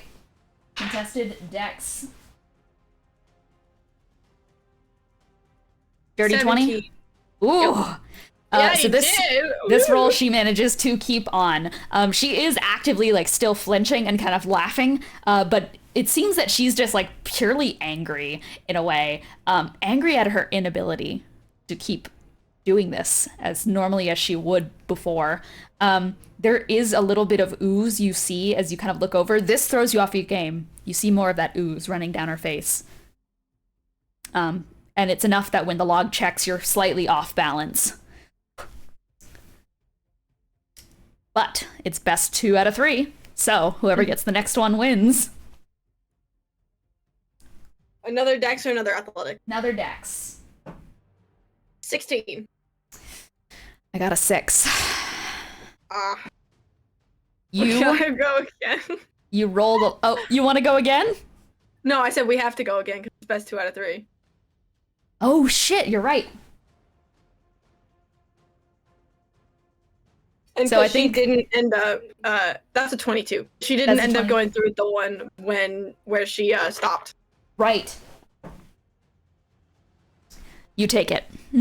Okay. You Roll for the life of you. You guys are running at pretty much exactly the same speed, kicking up whitewater rapids as it begins to like fissure off into the distance. Water spray is going everywhere. It starts to kind of burn your ankles a little bit at the bottom, but you are too wrapped up in the competition to even care, as Somnambulist is flung off the side of the log and goes crashing into the water. There is a splash as she falls in. All right, can somebody grab her? I can't reach in. Lee wades into the water, grabs Aslan out of it, and is just going to go, well, you lost fair and square, but you know you put in a valiant effort at the very least. I mean, you did pretty good considering you were going up against the monk. We're, like, built for this. I also did this since I was, like, a baby, so, I don't know. Since you are a baby. That's why it's weird as to why we are where I was a baby. That brings us to the question, which is the one that you just asked. Why am I where we are when I was a baby? Yes. Lee carries Aslan to the shore, sets her down, and is going to go. Uses, Bennie, any tips as to why we might be here? I forget which one it is, but she uses the thing where she can run across water. I forget. Yeah, what Arden did. You ran across to the shore. Yeah, you get a speed. I don't ever really recall being here. I guess that's why it's one of the locked away memories.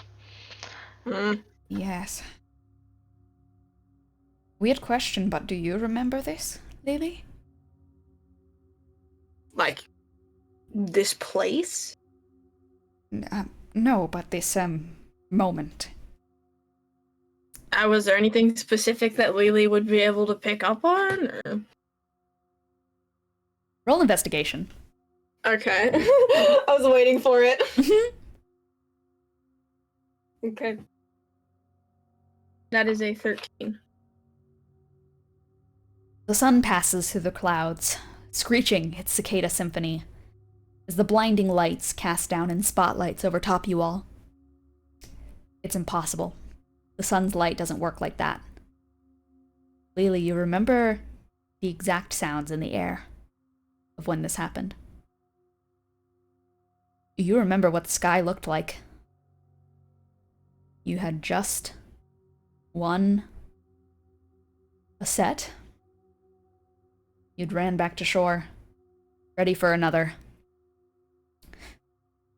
When you realize the sun's light doesn't look like wings normally. Wings that rise, glowing and resplendent. They are unforgettable and unrelenting. Be not afraid. It's over. That's what those wings say. Lelee, you can't see it, but you remember what you saw next.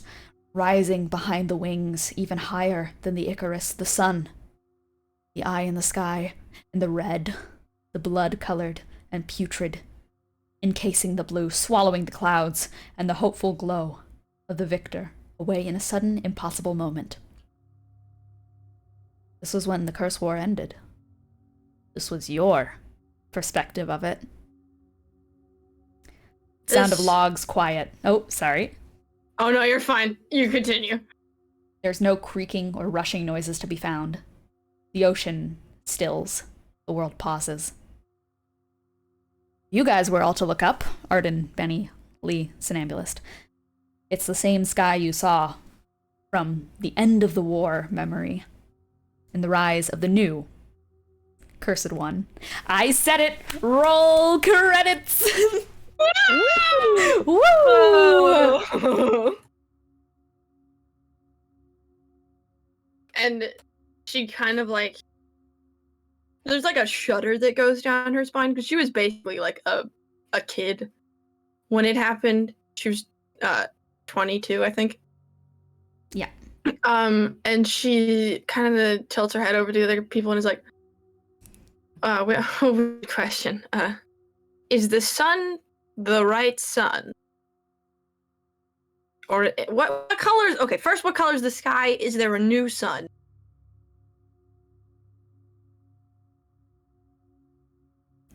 I mean, you said if we looked up, we'd see like the red Yeah. stuff, right? Yep. So yeah, I mean, sun's red.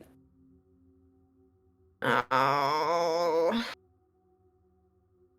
Yeah. So is this like an all right time to take a nap, or No, absolutely not an all right time to take a nap. This is the end of the curse Darn. war, but from my Oh, Lee puts a head in his home. hands. We need a nap. We need a nap. We need a nap, but I'm confused as to why this is from my perspective and not from Benny's perspective, because we are in Benny's brain, not Lelee's brain. Are we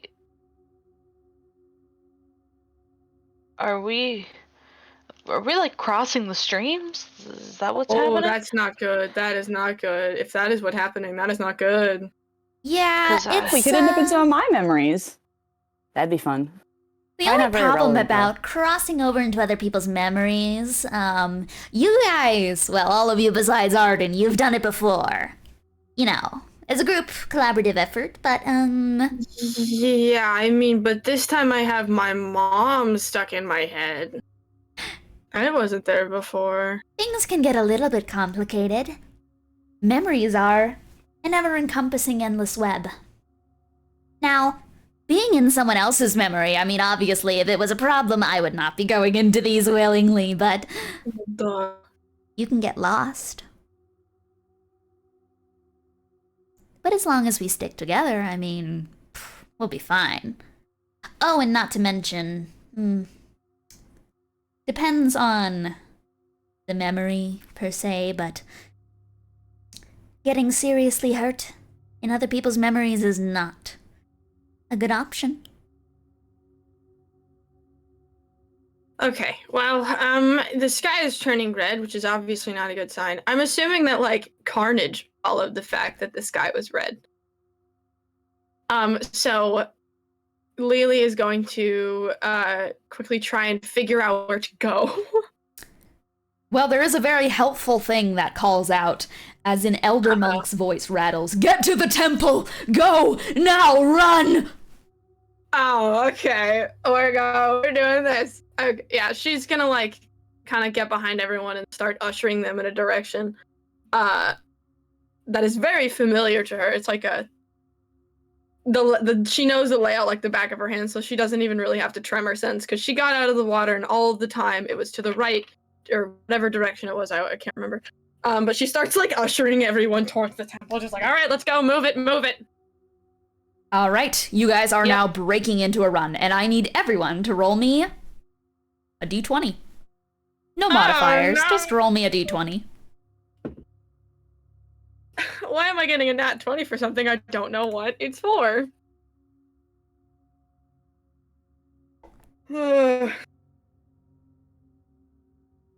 All right, nat 20, 17. What did Benny get? What was the roll? I'm so sorry. Just a That was a blank flat roll. nat 20. I got a 9. Lelee, like the back of your hand, as you said. You run forward, grabbing Arden, ushering her throughout the way. Or, not grabbing, I think just like generally leading Arden. Arden, you are very quick to follow Lelee. Obstacles aren't really... I'm so fast. Yeah, exactly. You're fast as fuck. As chaos begins to rise around you guys. Rocks begin to lift off the ground. Roots from trees nearby begin to rise up. Meteors begin to fall from the sky. Fire in the distance. There is screaming. There is chaos. From behind you all, a tidal wave rises out to grab you from the lake that the logs were once trying to... You were just rolling in it. You were just having a friendly competition. Now the logs threaten to crush you all as they rise up behind you, attempting to strike you down. You outrun them, quickly. Most of you do, that is. Bennie, much like on the log, you're not as quick as you used to be. But, thankfully, it isn't the wood that takes you out. Instead, it's like a teardrop from the sun. It falls down from the heavens right in front of you. And I need you to make me a wisdom saving throw.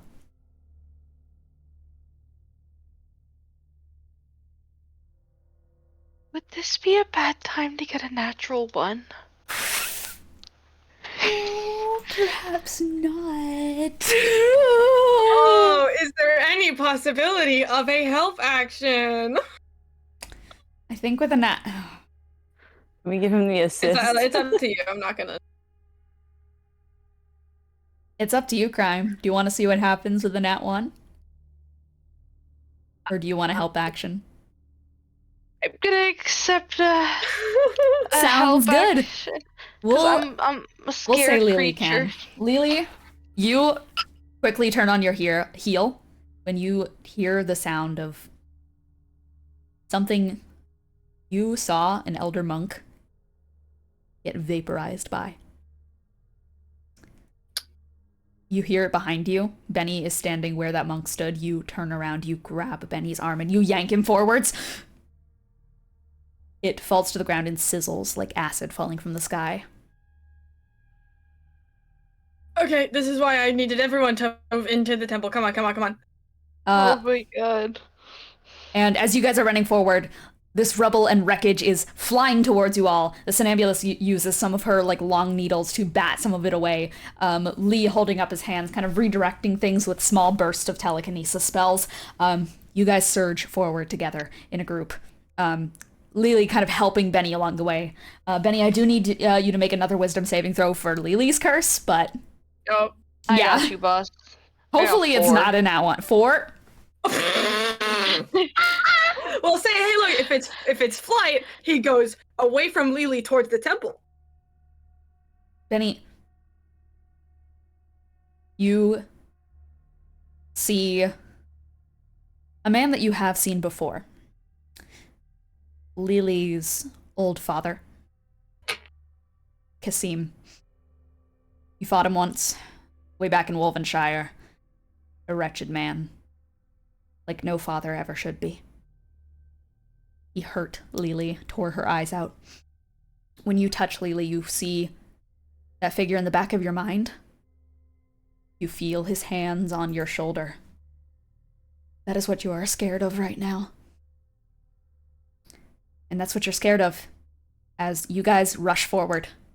And a tree uproots around you, a wisteria blossom tree, purple, threaded down it, lilac. It begins to crush towards you all.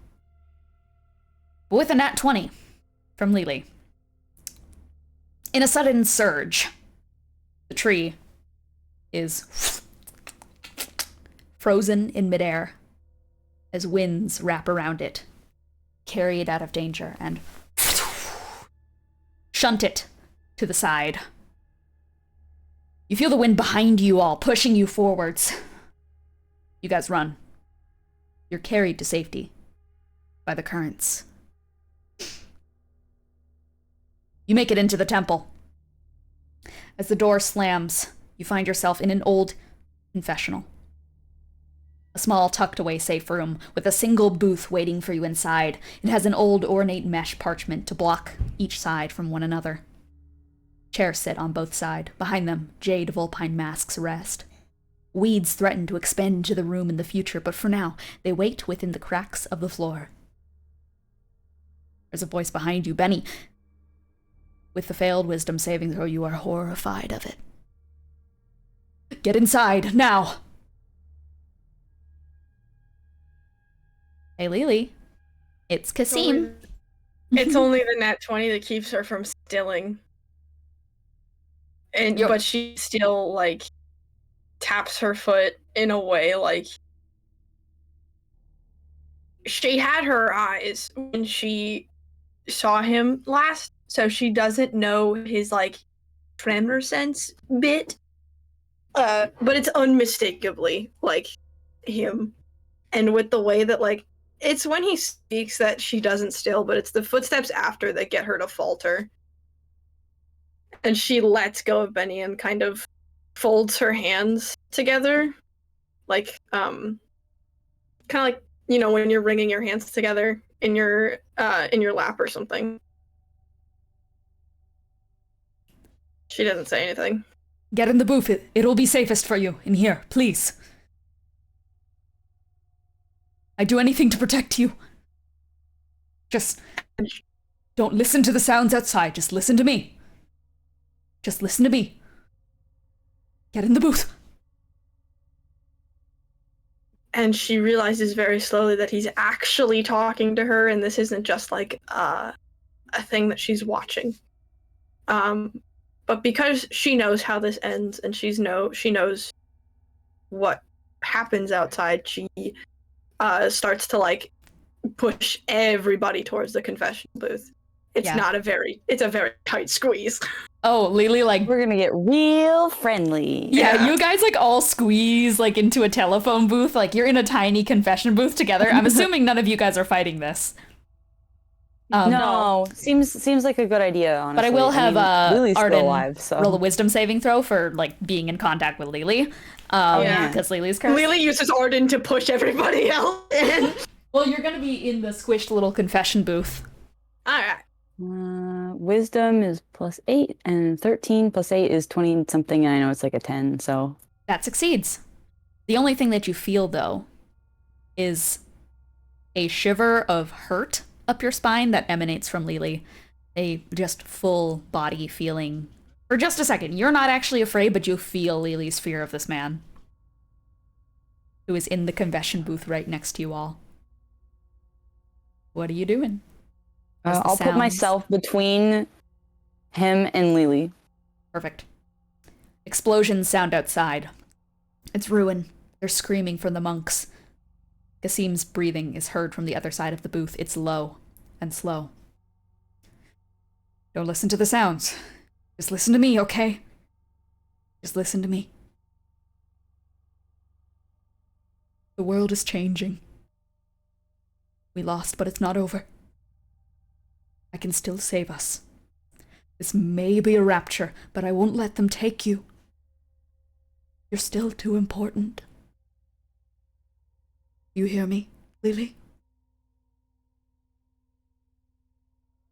And there's something to be said about what she said to the somnambulist earlier, where she is only good at following orders and listening to other people's instructions. And she has her head buried in her knees as she just like gives like a little, yeah, I can. Lee and the somnambulist right now are also both like very frozen still. They are, as I mentioned, as Lee mentioned, they also dealt with abusive parents. Lee, like, his fist is clenching and unclenching, his jaw is tight. Aslan, her eyes are glazed over. She pretty much mimics you, Lelee. In how she's sitting and how her stance is, she is following orders. Lee slowly puts a hand on Lelee's shoulder, and you hear Elle go, "It's gonna be okay." That quickly stops when you feel Lee's shaking hand on your shoulder. He knows how much this is gonna hurt you. Good, good. By my lady, it's over. No, the world was supposed to be made better. No, no. Lelee. Ease an old man's heart. Tell him you're gonna get through this.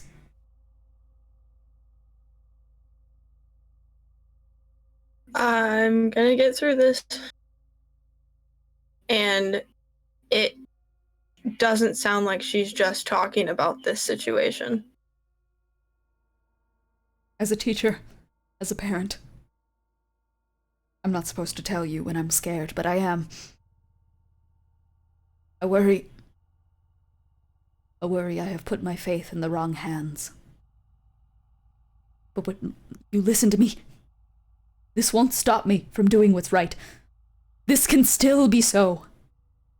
There's a reason we're all here. Why you are here, Lelee. Why you washed up upon the sands to me. There's a reason why I am here. Now you listen to me, but you hear the people outside dying? It's for a reason. It's all for a reason. There's always a reason. Do you understand me, child? Yes. Verilla will guide us.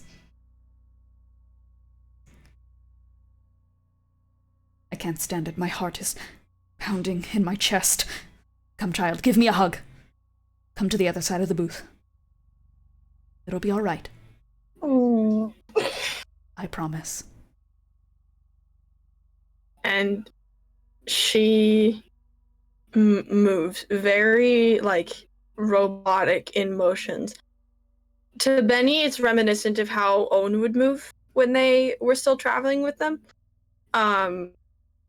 To Arden, it just looks like a very sick patient waking up after a really long fever. You know, like with how stiff your muscles end up being, and she stands and she pushes the confessional door open. You don't need to do this. You don't need to.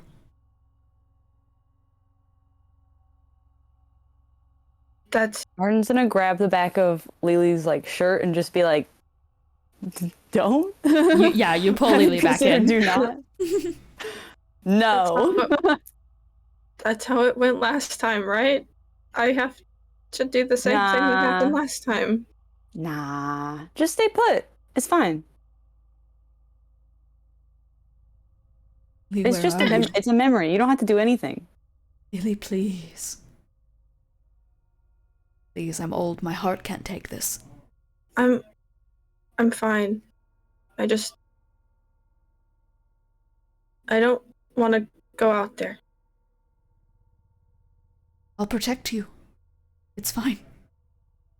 It's fine, I just need to see that you're okay. I need to see those beautiful eyes of yours. Okay, weirdo. No, Lily's staying in here.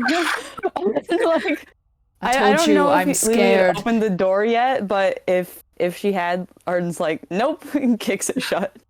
Yeah, you hold it shut. Yep. Lelee, You I can told look- you. I'm scared. You can look through the confessional mesh. I know you can do that.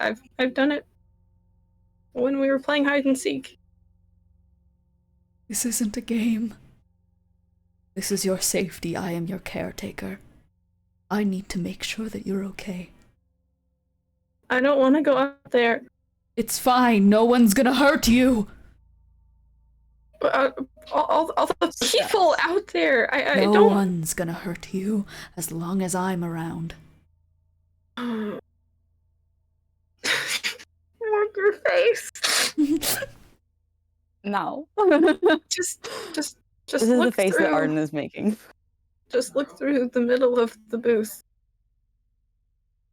You feel a hand slam on the side of the confession booth. Please. Arden By my just kinda lady, turns you are Lily and going is to like, come I'll out go here. out there and fight him for you if you want me to. It's not gonna matter. Okay, then we stay put. By my lady, don't make me come in there. Well, he won't. That just makes her more scared. What is Arden separating? is gonna offer Lily some earplugs. I think she's going to decline, but in favor of pulling an unfamiliar looking fox plushie out, at least to Arden. Oh. Because she has not Aw. brought V out since Wolvenshire, I don't think. No.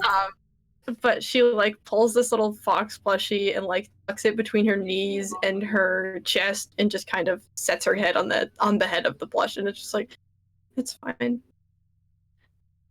What is in between the dad and A single wooden door. single wooden door? Whoa. Bennie Yeah, is you know gonna those golden stand spears to I've block got? the door. I'm gonna use the golden spears to just like, because they're probably fairly tall, so I'm just gonna use them to essentially bar the door, like just put them like in an X, you know, like that Yeah, kinda- sure. You can X Yep. the door. Yep. I'm just gonna, and you know what? I'll use all the spears I got on me. We're blocking this door. It's not opening. Lelee, as you are tucked with V hugged in your arms, Arden, you quickly work on fortifying it. It's a squeeze with, everyone tucked in here. Oh yeah, I mean we are getting real familiar with each other. Yeah. Bennie, what do you want to do? Bennie's also blocking the door. Okay. All right.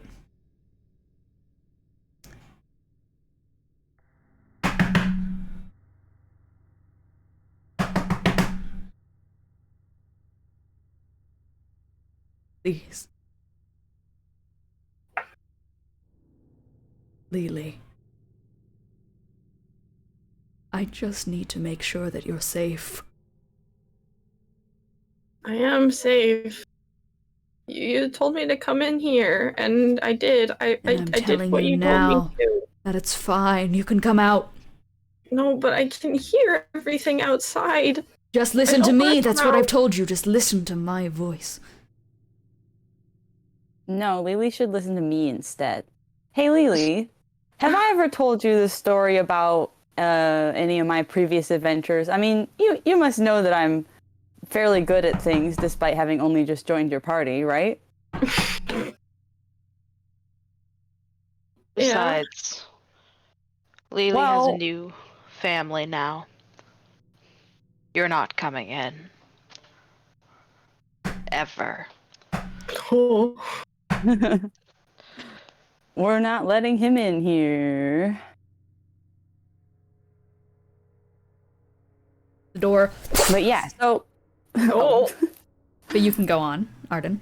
Okay, yeah, Arden's just gonna start talking about... I guess I can just start making things up based off of the things that were in the place I got loot tables from.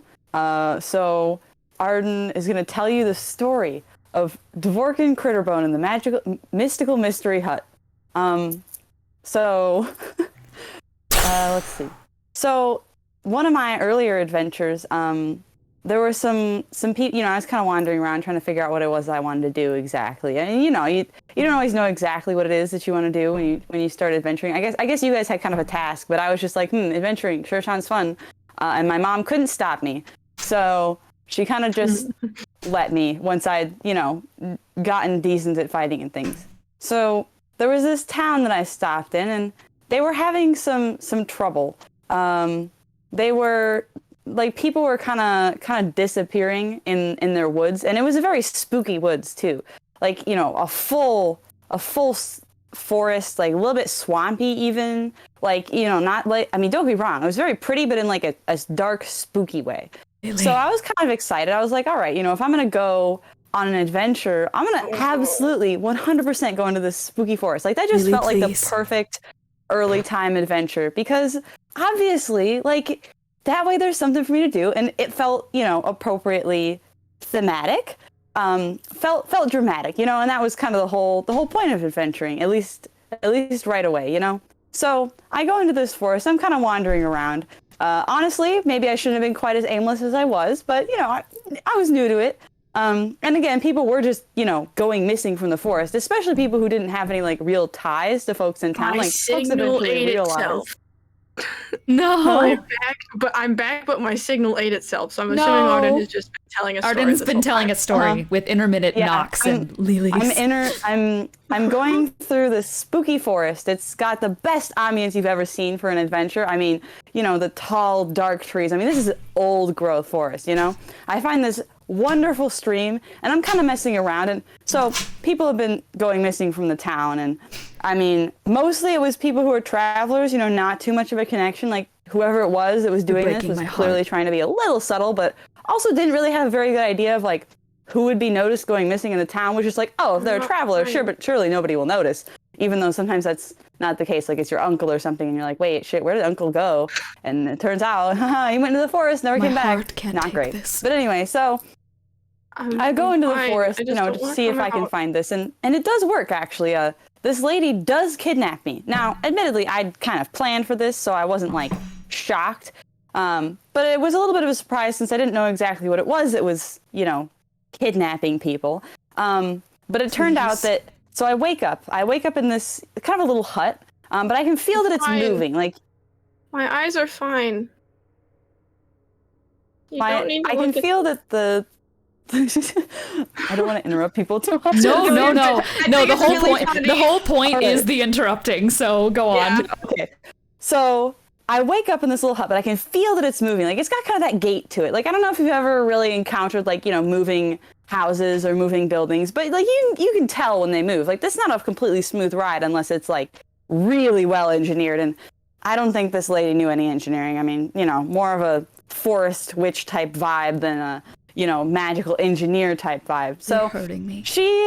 I wake up and, like, you know, she's got me tied to a chair, kind of a classic, right? And I can see that there's a few other people around too. Like, I mean, you know, like, alive still, which was a plus, but there were at least a few people who kind of seemed like they weren't doing so hot. Like, you know, I had some healing potions with me, of course, because if you're adventuring on your own, you definitely have to have some.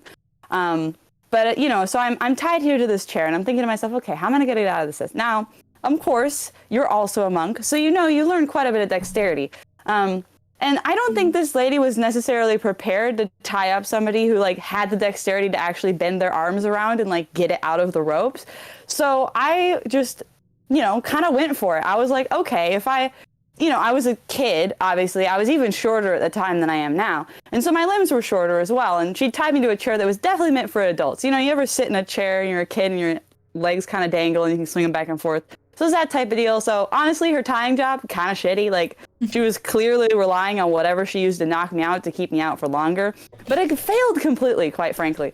So I wake up. I start pulling myself out of these ropes. I'm able to get one hand out, and of course that means it is now loose enough for me to get the other hand out. My legs are tied on a little better because she could tie on each angle individually to the legs of the chair. But that's never going to stop me for long because I do have a dagger, and she hadn't really seemed to have, like, checked me for weapons at all, which is a little stupid, but I mean, at the same time, like, how much can you really expect from, I don't know, some random person who kidnaps you in the middle of the woods? I mean, you know, you're already living in the middle of the woods kidnapping people for indiscernible reasons. This is not exactly a great sign of intelligence. So I get myself out of these ropes. I pull out my dagger. I cut the ropes on my legs, obviously. And then since I notice there are, like, you know, some other people around, I'm clearly in her spell room. She's left for the moment for whatever reason. She's clearly got some spell things going on. I don't know that much. I mean, I know some things about magic, but it's only wizard magic and not really whatever kind of magic she had going on. So instead, I start cutting everybody else out of their ropes. Now, most of them are unconscious, but there was one person who was conscious, but not really for a good reason. So, you know, I noticed that, you know, we'd all kind of been, like, lined up. So I hadn't taken a good look at what they looked like because it was, you know, I was a bit distracted, admittedly. Maybe I should have been paying a little more attention, but it's fine. I did notice that my glasses weren't on anymore, which is a little odd. Like, I don't take them off very much because they're, like, you know, necessary or whatever. So I was cutting off the last person, and they wake up, probably because, you know, they're being jostled around. You know, that's fair, honestly. And they start screaming, which it turns out is because, like, she basically carved their eyes out, which I realize now is a very on-the-nose thing to be talking about right now, but yeah, it's fine. Don't worry about it. Not the same kind, not for the same reason, for a very different reason. So I noticed this, obviously. It's not good, so I use one of my healing potions to kind of get them back into shape. And they're actually able to explain a few things to me. So they weren't 100% sure what was going on because this lady did not feel like explaining anything to them, which, I mean, why would you? If you're going to kidnap people and steal their eyes, then, I mean, there's no real reason to go monologuing at them. I mean, I know some people will do it, but that wasn't really this hag's vibe. So I kind of get them back in a little bit better shape. The other people are still knocked out. Probably, again, I'm pretty sure it was magic because honestly, otherwise, I don't know how they would have slept through, you know, any of that. She clearly hadn't gone for everybody's eyeballs yet, but once I was, like, you know, looking for it, it was pretty obvious. Like, I mean, there's only so much blood that you can overlook, even if it is kind of dark and things are sort of in grayscale. So I get this person to talk to me a little bit, and they say that there's, you know, that they think they were kidnapped by, or rather that the space reminds them of what they would think of, like, for a hag. They hadn't really seen her. Obviously, I mean, on account of the missing eyes. And the being knocked out magically, but they had gotten a little bit of a glimpse of her when she kidnapped them, probably because this was presumably one of the first people that she kidnapped, so they, you know, she wasn't as practiced at it or whatever. So they're able to tell me a little bit about her, and from that, it was pretty clear to me that this was, like, a forest hag. Now, I had no idea why she was stealing people's eyes, because that's just a very weird thing to do. Like, what are you going to do with them? Why were you keeping the people after you did that anyway? Like, I guess she didn't want to get back to the town that she'd been, like, stealing people, and somebody wandering into town with their eyes missing would be like, a real red flag. But honestly, considering her ability to like discern between who she should be kidnapping and who would be noticeable, I mean, I don't know how it was that it occurred to her to do this, but at the same time, maybe she was planning to use some of their other parts for other spells. Yeah, actually, that probably was what it was. I mean, that didn't make a lot of sense. But Real so quick, I'm able to kinda quickly get this interject. person free. What did Bennie say? Bennie is leaning on the door to keep it shut. The and knocking he's has asleep. stopped. He's like sleeping, standing up on the door. He's an old ass man. He has that old ass man snore. He's like. Lee and the Somnambulist are also asleep. Honestly, this is a pretty good spot for a nap. Yeah. Holy shit, sleepover. Woo! OMG. yeah, After like noticing people are asleep, Lelee kind of brings her head up and just nods at Arden, just like, you can go to sleep. I'm not gonna go out anymore. Yeah, but I gotta finish my story first, or you'll be left hanging. So, I mean, there wasn't that much after me actually getting in there and like making sure that everybody was. I hesitate to say okay, but like not dead, you know. I managed to go up to her, you know, little spell table, and you know, kind of find her little magic book or whatever, and start. She left it open at the page of the spell that she was trying to do, and it was pretty clear to me that she was trying to take people's eyes in order to give herself clairvoyance, which. Honestly, I don't really understand how that works. I guess hag magic, like, if you steal people's body parts, it can, like, enhance your own body parts. So I guess if you were taking people's eyes, then it would, like, make your own eyes better. But, you know, I could see she had this little pot, and, like, yeah, there were for sure some eyes floating in it. So I just kind of turned the burner off. I mean, it was a magic burner, but, like, you know, there's, like, an off switch, because otherwise that's a safety hazard. So I just kind of turned it off. And I could tell immediately that has just like completely destroyed whatever she was trying to do. Like, you know, like it was doing its whole like wafting up some spooky green smoke. And I turn off the burner, no more of that. It kind of like a couple minutes later, it goes flat. I can see that it's no good anymore. So I'm like, okay, great. I didn't really want to try dumping it out because again, weird magic potion. Don't want to poison myself forever.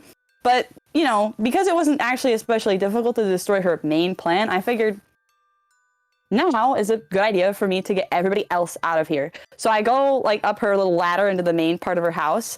And she is very surprised by me doing this. I kind of thought she would have like heard me having a conversation or whatever, but I don't think her hearing was that good, which maybe she should have been stealing people's ears instead.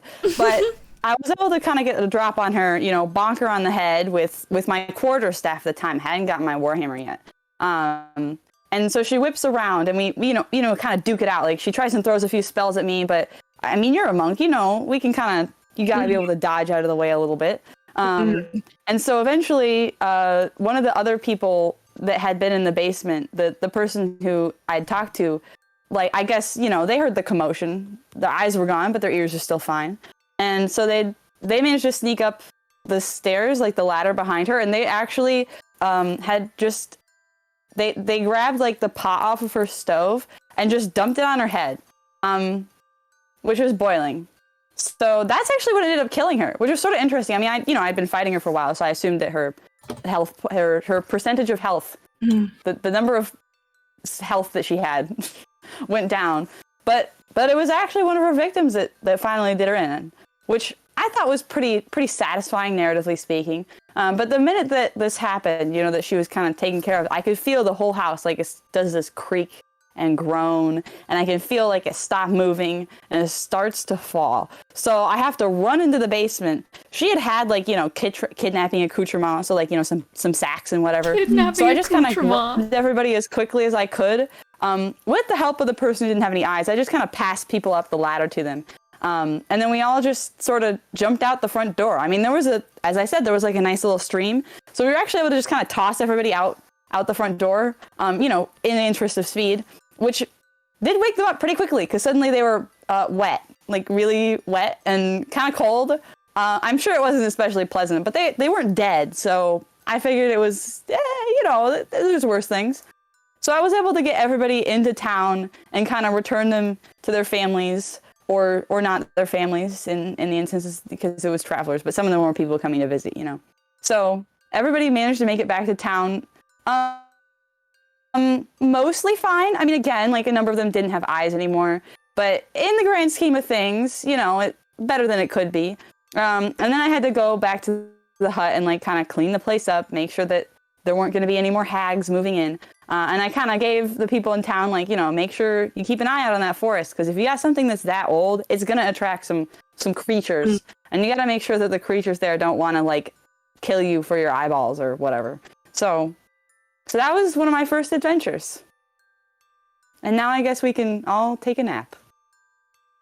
Finally. The patchwork doll that looks like a small little crow goes as it makes its way out of your bag and curls into your lap, Arden, and also falls asleep.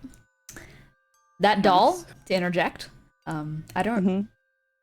When you went back to the rubble to check out the hut, you found it wandering around aimlessly. Yep. It ran right up to you, hugged you. That's And how I was you like, got okay, your little doll my friend. bestie. With that, I have to put that into the story, but it was there. the knocking That's part of the cleanup. The knocking has stopped. Voices have stopped. Bennie, Lee, the somnambulist, Lelee, both fallen asleep. And Arden, you're the last one awake. Oh, give me. I'm gonna do a quick. I guess I'll do like a perception check to make sure that we're like good to sleep. You know what I mean? Good EP. Okay. Let's see. And I do actually have proficiency in perception, so I had 8. Math. So that's a 8 plus 14, 22. Don't know why that took me so long. It seems that the scene has stopped. It's Okay. quiet. There's no chaos in the distance. What instead, you of fresh years, and you, someone who believes in hope, still, who can still find it. That is instead what the scene gives at its end. Hope. That's what you've turned it into with your story. So no, Yay. there are no threats stopping you from a long rest. All right. It's time to sleep. You guys are gonna regret falling asleep in this tiny of a box tomorrow, but for now, Probably. we long rest, and we are going to end this session off here. Dude, Lily doesn't even care, man. She's All so right. What happened in the I'm mind sure scape? anything. Like, Arden's at 1 hit points. I think it doesn't matter how she wakes up. She's gonna feel Yeah. better than when she fell asleep. Hello, DQ Marine. I'm doing well. Thanks for tuning in. Thank you, everyone, for tuning in. I think this is our most amount of viewers in one session. Hey, everyone. Hope you're all doing well. And time to see me do my Yeah. storytelling. That was amazing. You improvised that. I need to say, we never did a one-shot of that. There has been no one-shot of this, like, yeah, no. I was so like that's had a little incredible. bit of information. Huh? When I joined, we had like there was a document that let me kind of get some like items from like past adventures I would have been on, and one of the past adventures was like, I mean, it was basically just that there was a terrible forest hag stealing the eyes from local townsfolk in the night to achieve clairvoyance, and so I was just like, okay, time to roll with that and the one in the image and just Yep. never Dvorkin hesitate. It's basically, I put an image from, there is another D&D supplement that's actually very similar to what you managed to describe, where there is this person named Baba Lasaga, and they have this creeping hut that can move around, skitter around, and there's like a really cool thing where you help a bunch of people out. So yeah, like you nailed it. Holy shit, that was such a good monologue. Shout out. I've never seen the original, so With the that in vibes mind, they were there. as I have been given my dinner, let's go. Ooh, dinner. Who said I missed most of the Is that on a session? frisbee? You are. It's not on a frisbee. It's on a bowl. Okay, it just It's not a God. frisbee. I was just like, that looks I'm so gonna much like a Tyler one frisbee. it. What is happening? And Tyler wanting Yeah, it. that makes more sense. It'd be pretty weird if it were a frisbee. But yeah, you're sad you missed most of the session? No, that's okay, because the VOD is going to be up both on YouTube and it's also going to be on Twitch. If the music got copyrighted at any point, that might be a bit of a problem, but like, you know, it'll be fine. We'll figure it out. For Christ's ones. Yeah, the music is worth it. But yeah, The things we do for ambiance. if you missed the session, then luckily it'll be up to watch on both YouTube and on Twitch. Our YouTube channel, I should actually link it. Because I know a lot of people have joined us here today, so I'm going to make my closing remark. The fact that we have a YouTube channel. This Cursed Ones campaign has been going on for, 145 videos worth of sessions and one-shots and chaos. So it is youtube.com/@theCursedOnesDND or just Cursed Ones D&D, and you can find us there. We have every single session up except for the most recent one, which is going to come up this week.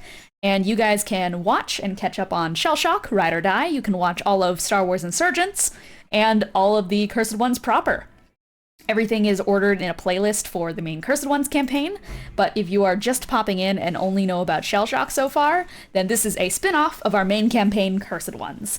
And we also, on the YouTube channel only, have some special videos, that being the campaign recaps, Cursed Ones 101, 201, 301, and 401. So, for everyone new to the campaign, I recommend you guys go check out our YouTube channel where we have everything.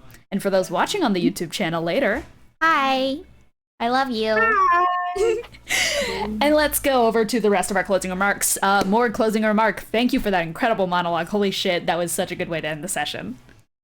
Thanks. I do my best. That was amazing improv. I could never. Honestly, I just think that the more and more Arden just does MVP behavior, the funnier it is. So, it is. Winning. Arden is keeping this party together. Somnambulist may say that she's the one keeping the party together, She's the only one but who's had any therapy, and I think that's putting a lot of weight here. The real savior of the Cursed Ones franchise is Arden's therapist. Arden's therapist. Something just happened. Kiki, what's your closing remark? I've got two. First of all, so sorry for giggling when I saw Hammy that Oh one my time. god, no, that was hilarious. That was a serious moment. But I look over and I just see him snuffling around in there, and I'm like, oh, I can't laugh. I can't He's laugh. And then I creature. laugh. He's creature. Oh my god. My other one is that I dude. did not expect to be here at all. Who I also thought? did not expect my own foreshadowing to come back. Yeah, damn, when you set that shit up, I was like, oh. That wasn't supposed to be foreshadowing. That was supposed to be just a mention. Setup and payoff, we win these. In the same session. Damn, we knocked this fucking shit out of the park. This is seriously incredible character work from everyone. Crime, closing remarks. Oh boy, sleep over in the mindscape if your mom says it's okay. Well, my dad said it's okay, but my dad's also a little crazy off the rocker. True. My mom definitely said, well, okay is maybe a stretch, but she's definitely fine with it. So We've now opened We've now opened the door to enter other people's mindscapes. We'll see where we go Wow. as we try to find.